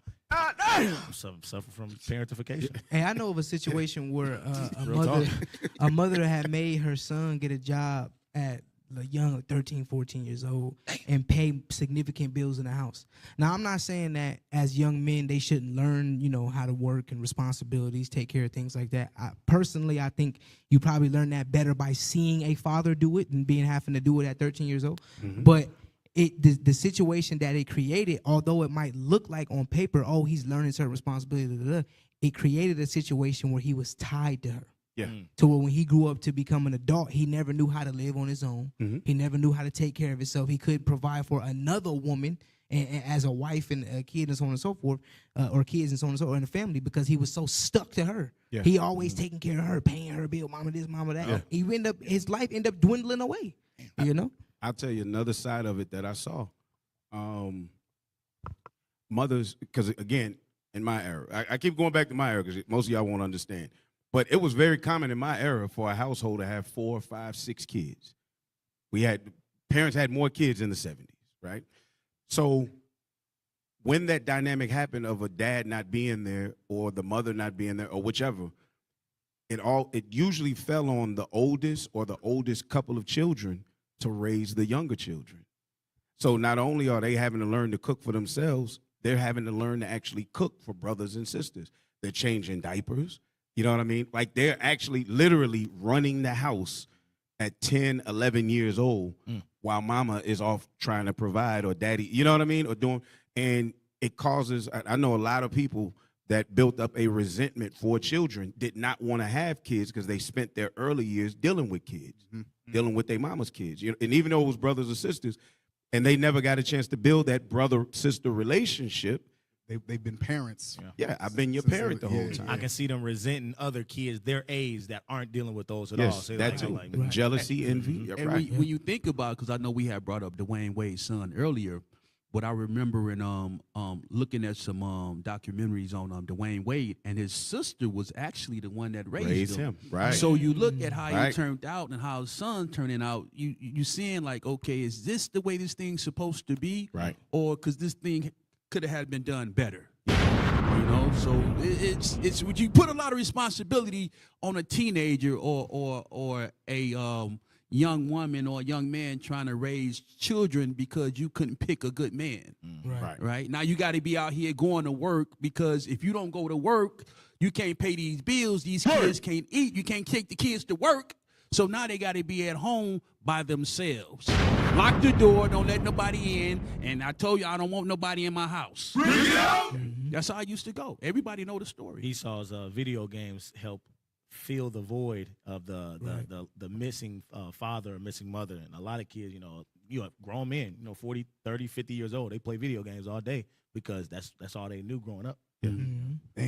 And you think the different generations, like, children from the 70s, children from the 80s, our parents, they went out and they had jobs, so they left the kids at home. Now, in this new welfare generation that generation spawned, now they're at the house all day with the kids. You see what I'm saying? Giving them the bad, reinforcing those bad habits that the kids are picking up on. So, So, brothers, what we want to do now is we're going to give you some motivation to overcome all those insecurity. Matter of fact, pull up the definition of insecure. Let's pull up the definition of insecure.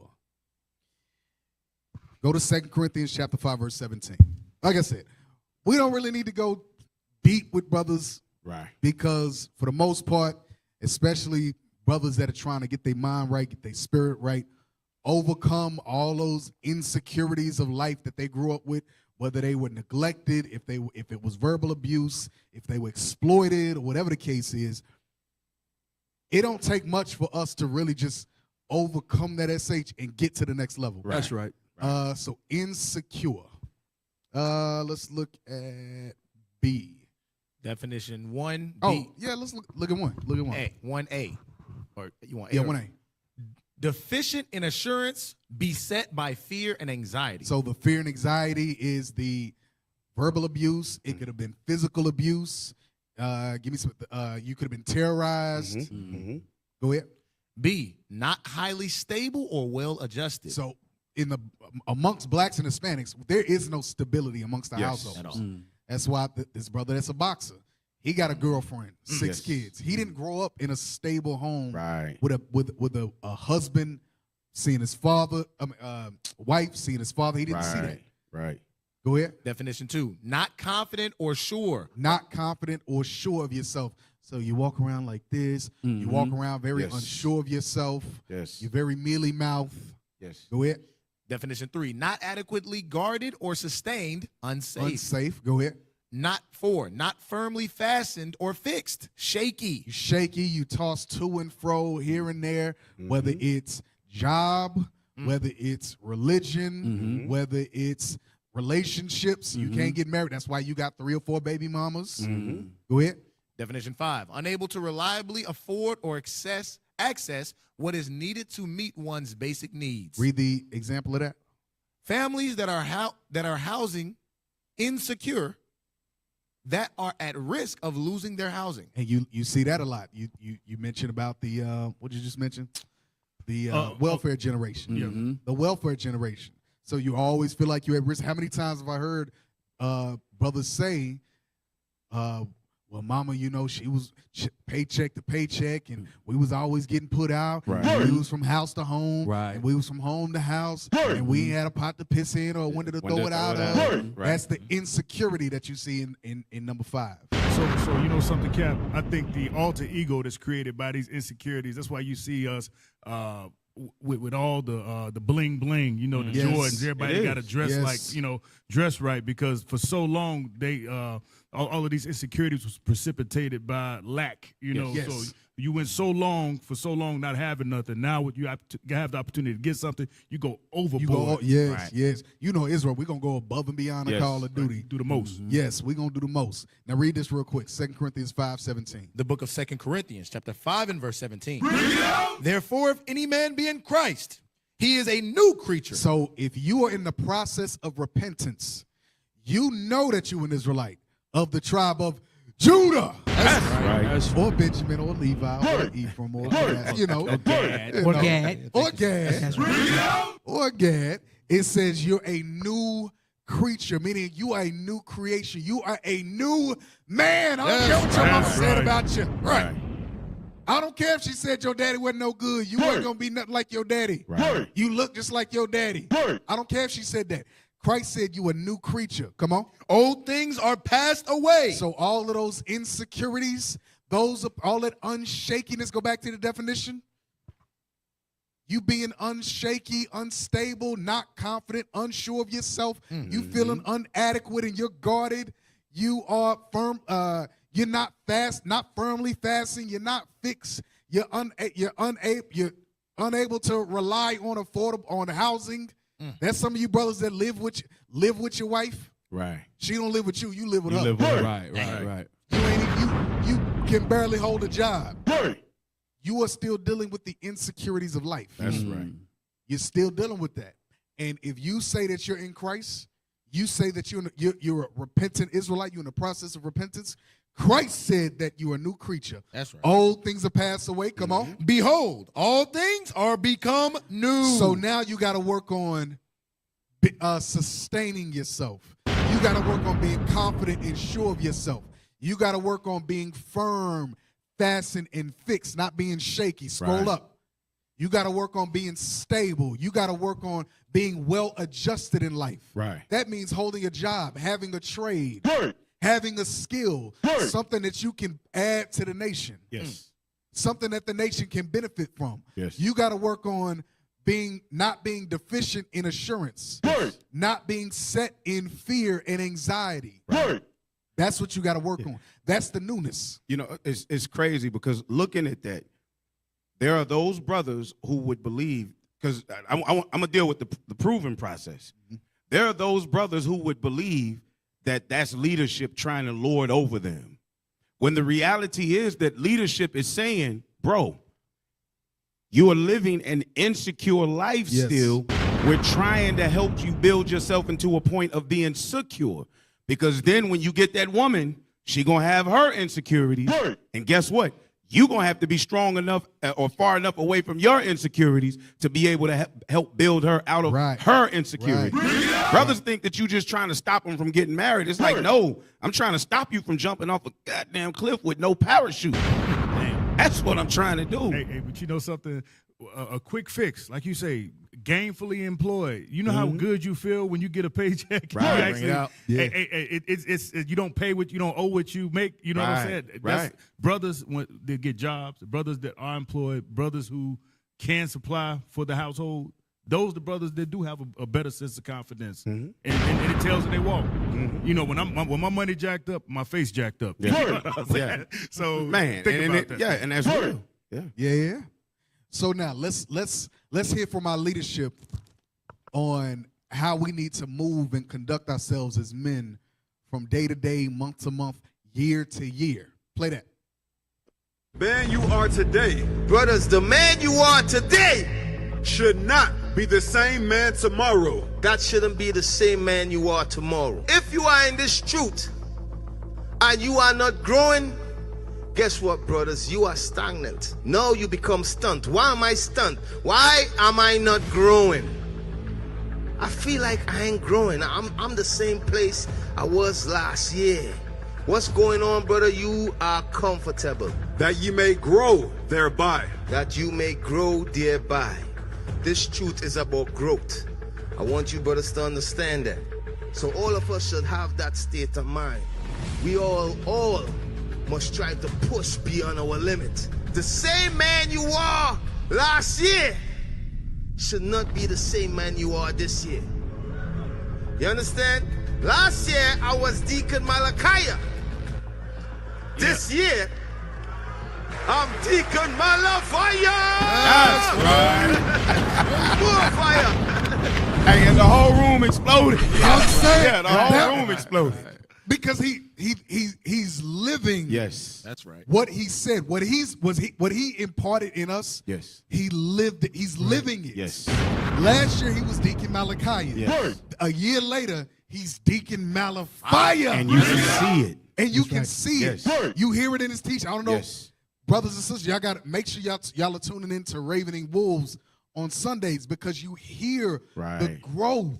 Scriptures that you've read, but you like, oh shoot, Right. Say the saints are here, and those are the martyrs over here, Right. and those are the angels over. Right. Oh, how did you piece that together? Right. Yeah. I'm like, yo, Yeah.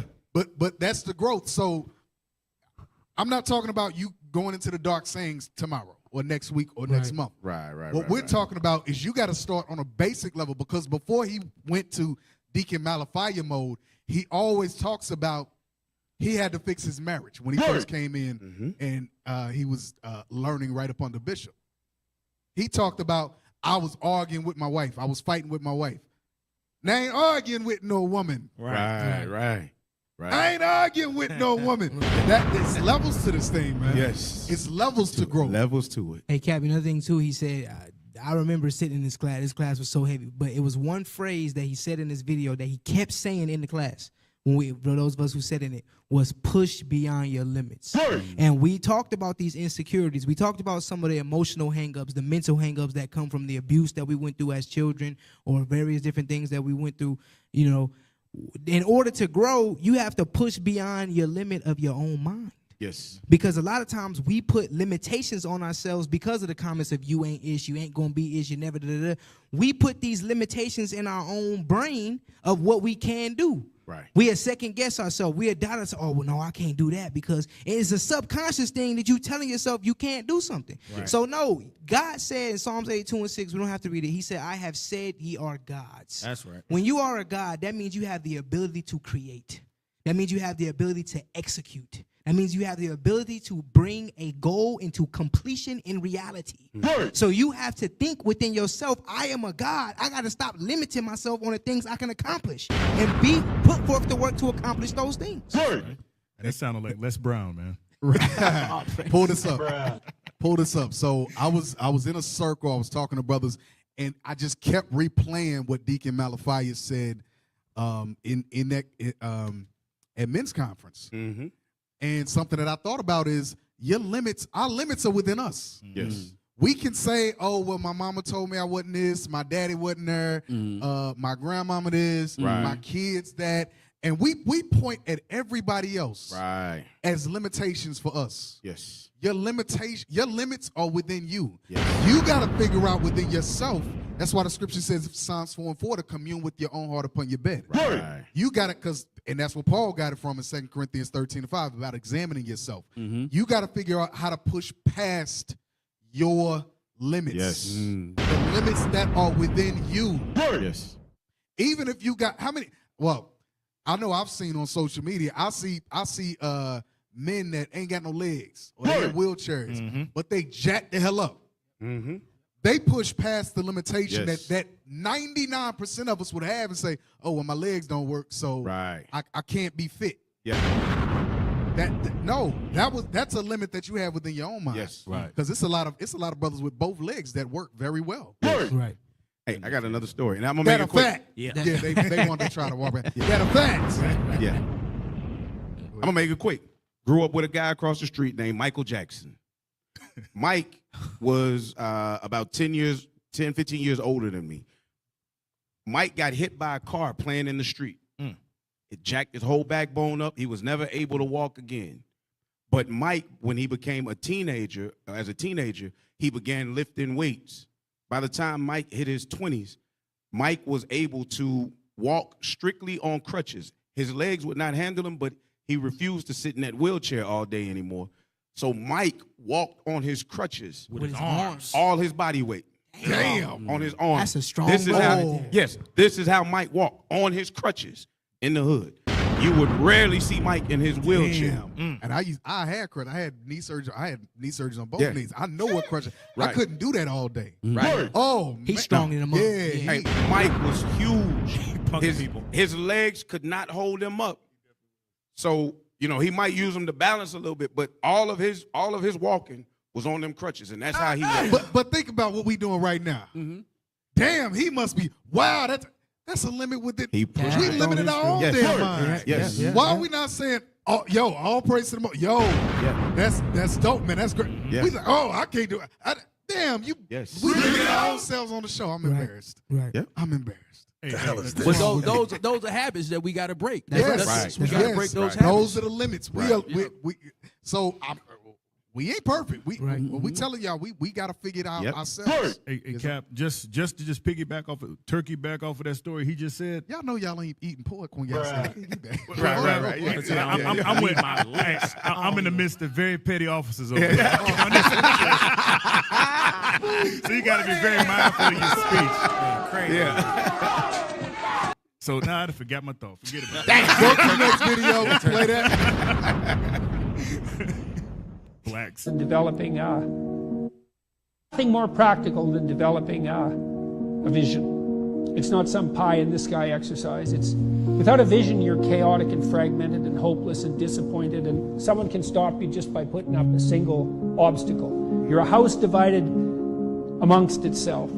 You have no forward movement. You're not enthusiastic, and that's to be filled with the Spirit of God, by the way. And your life is a sequence of disappointments and frustrations and tragedies, and you're a leaf blowing in the wind. And that is not what you're called to be. That's not what you're called to be. You're called to be a visionary constructor of the paradisal vision. Really, that's who you are. Terrible as that is to apprehend.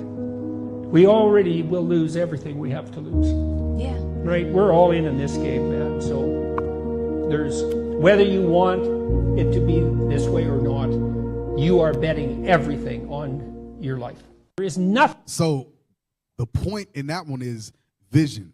Vision. The only way you're going to get to the next level and overcome those insecurities, the instability of your life, the shakiness, is you got to have a vision in every facet of your life. Meaning, if you know, because I mentioned it last year.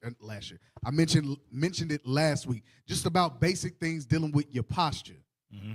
You got to have a vision of what is a godly man that possesses those alpha male, those alpha traits. How does he walk? How does he walk? Right. How does he talk? What are the inflections in his voice? If you got a vision like that of how those men move, now you know how to model yourself. Right. And now you know how to pattern yourself after those men. Remember, Christ said, I'm an austere man.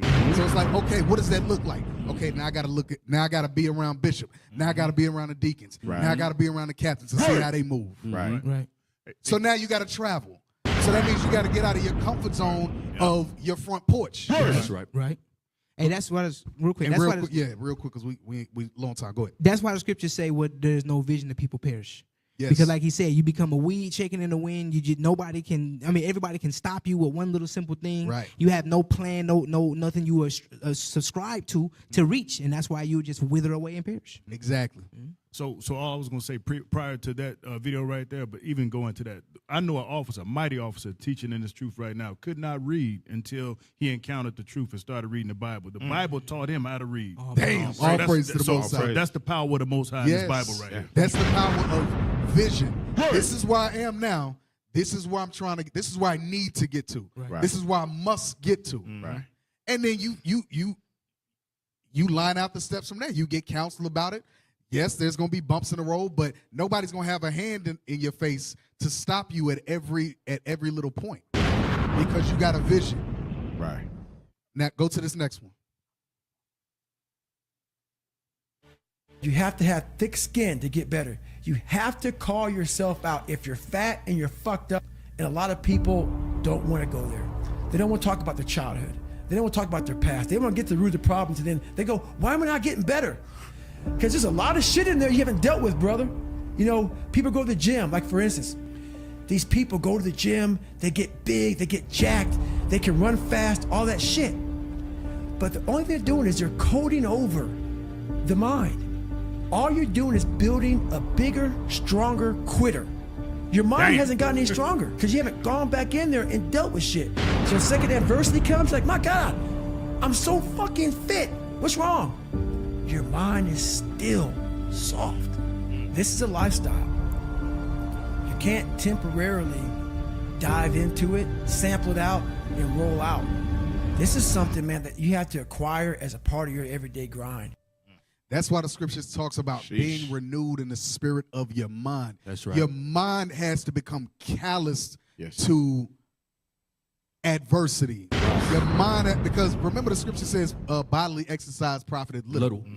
Because if you're weak in the mind, that one hand will come up and will stop you from fulfilling your full potential, from you growing and building yourself and rooting yourself in the scriptures, in the understanding of who you are, and getting to the next level so you can build yourself up to be a better husband, a better father, a better leader, a better example. Go to the next one. Go to number 8. Go to number 8. Number 8, and go to that time stamp, 57. Let's keep it moving. More motivation. Let's go. During the day, and most of it is on these fucking computers, phones, you know, Instagramming back and forth, whatever the fuck you call this shit nowadays, tweeting and texting and shit. We waste so much time on our little gadgets. It's unreal. And we talk about we have no time. If you really you have to take your day and write down this one day. Everything you do, write that down, and you're like, my God, I am wasting so much time on frivolous bullshit. It's not even funny. I mean, it will, if it doesn't infuriate you, it should. Because there's so much time. I can't get it in. Look at your schedule. You just wasted 7 hours today on bullshit. I mean, and you don't have an hour a day to try to get something in for yourself. I guarantee everybody can find an hour. Then it becomes about willingness. Yeah. Because most people just they're not willing to get up that early or to make those sacrifices required. So it's a function of how badly do you want to change your life, and what are you willing to endure to craft that life that you aspire to have, or do you just want to talk about it? Yeah, I mean it's fucking miserable.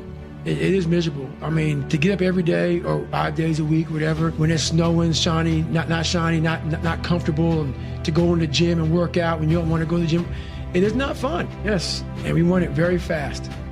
If you don't see results in the first 2 days or the first week, I'm done. That's the mentality of most people. Yep. The struggle is too real. We're not patient. We like in a world where you can Google the best restaurants around me right now, no one is patient. And for you to lose weight, for you to stop drinking, whatever the hell you're going through, it takes a lot of patience, a lot of time, and a lot of pitfalls, a lot of plateaus. You're gonna hit so many fucking plateaus. If you don't know how to get around that plateau, it's not gonna happen fast. Yeah, everybody wants. So that's big. That's big. What y'all got on that? Just real quick. I say with this is each achievement that you make, right? Because you've made some, and I'm speaking of those in the truth.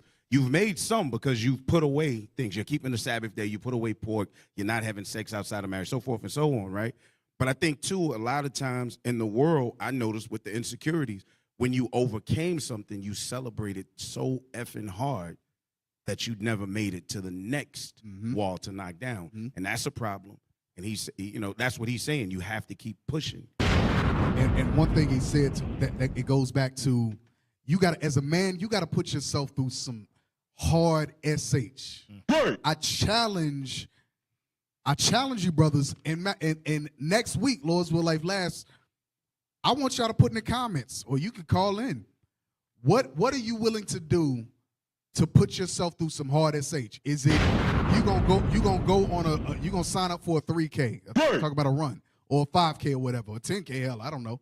Are you gonna sign up for a Tough Mudder? I'm just talking about things that you can physically do.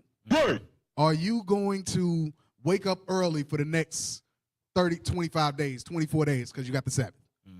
Are you going to wake up early and you going to do 10 minutes worth of whatever, push-ups, sit-ups, whatever? You going to go 30 days without looking at porn. You're going to go a month without alcohol. What are you going to do?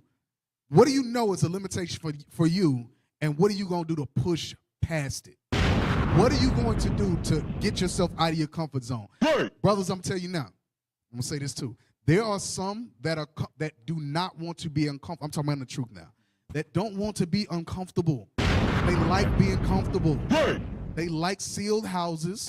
They any level of discomfort or pain, it causes insecurities. It causes their insecurities are showing. Men that like to be what did I just say? Comfortable. Yeah, they like to be uncomfortable. They are looking to push past their insecurities.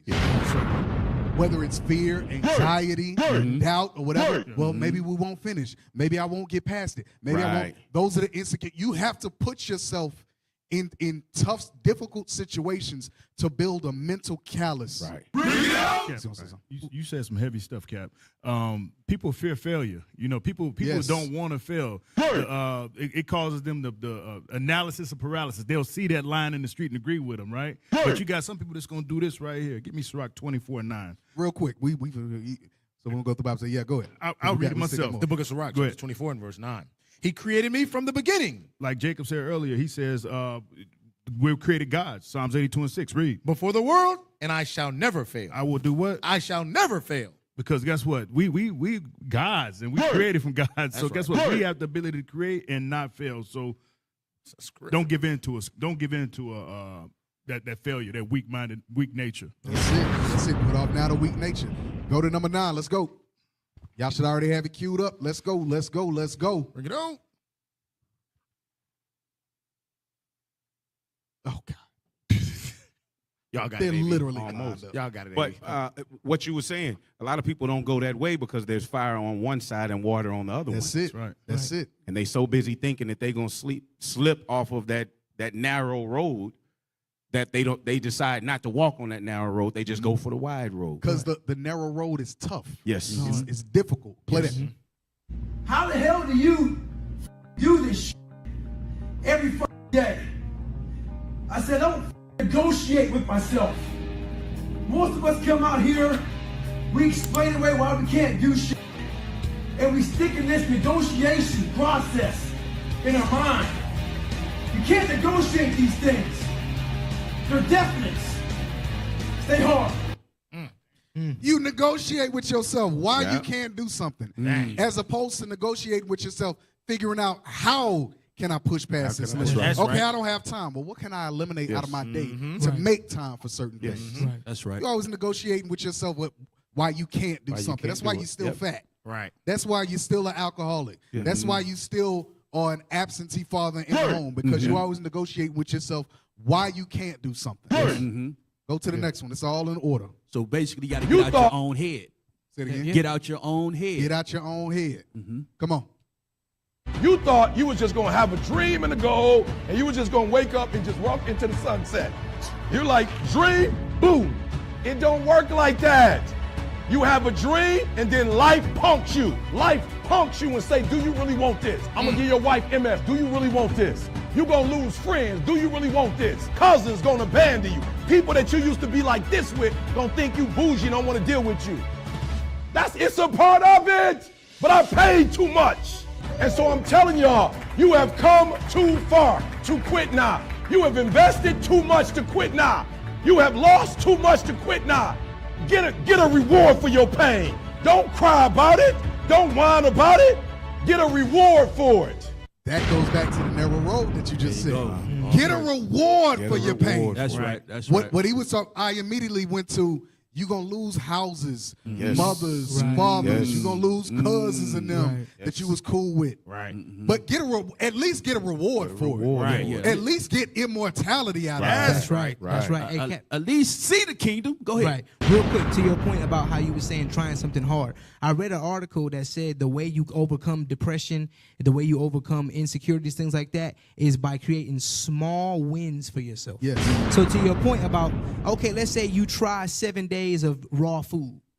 Boom. That's one little small thing you can do to show yourself to push past that insecurity, and then it builds and builds to bigger things and more better 2 goals. days, 3 days a Yeah. week. That's it. I like that. That's it. Play that.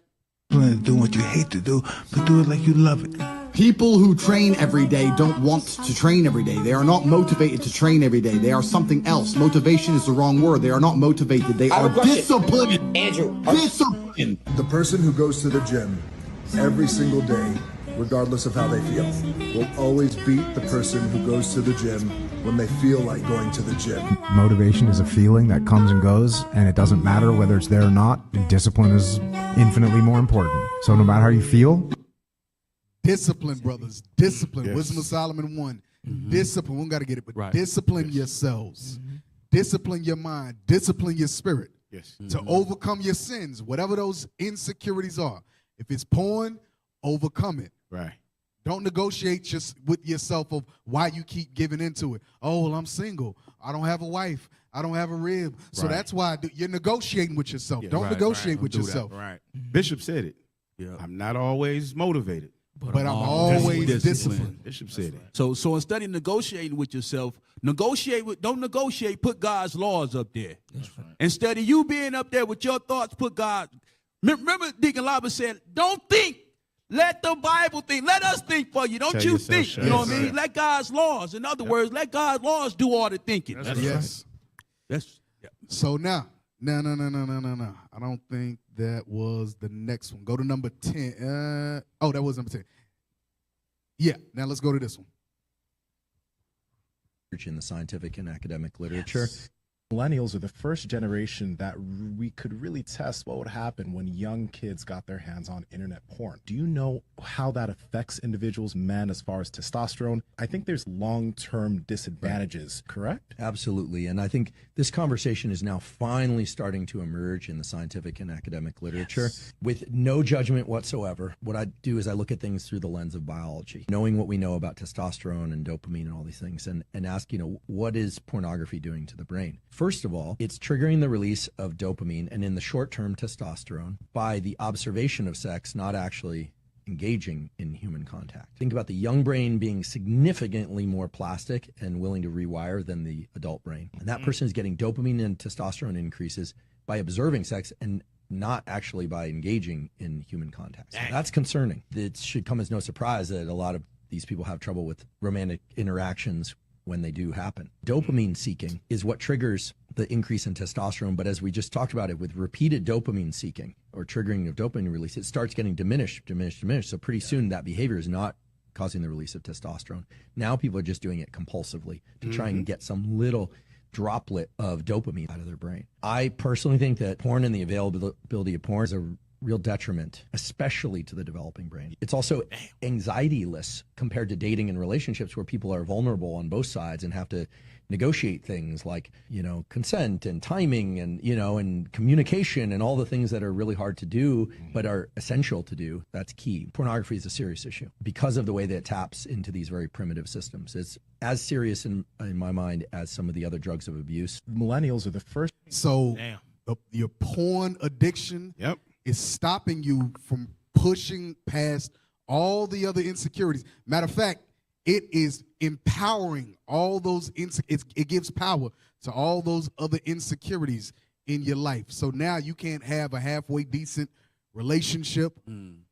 Now you, give me some other effects. Now you mechanical. Mechanical. Erectile dysfunction. Erectile dysfunction. You can't really socialize. You can't socialize. Hey, part of being a whore and a whoremonger comes from that. Comes from that. Yeah, it comes from that. Because you're wanting to fulfill. Eventually, well, let me just let Bishop say it. Let's listen to the general. Go ahead. Come on, brothers. Let's pause it and push it back. Come on, brothers. Let's go. Come on, y'all.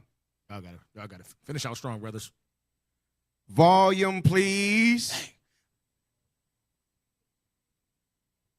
I'm trying to not be an abusive parent out here. I'm trying to. Okay, we'll just read it. Go back. I think one of the brothers messed it up, didn't put no volume on it. So we'll just read it. And right now, we're in a spiritual fight, brothers. A spiritual fight.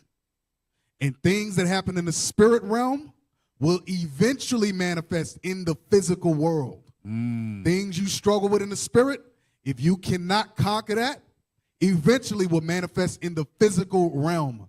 Eventually, it's going to manifest itself in the world in the physical realm. So the victories we gain in the spirit realm, we eventually gain those same victories in the physical realm. If you lose in the spiritual realm, you will lose in the physical. I hope you understand what I'm saying. I hope that's not too deep for you.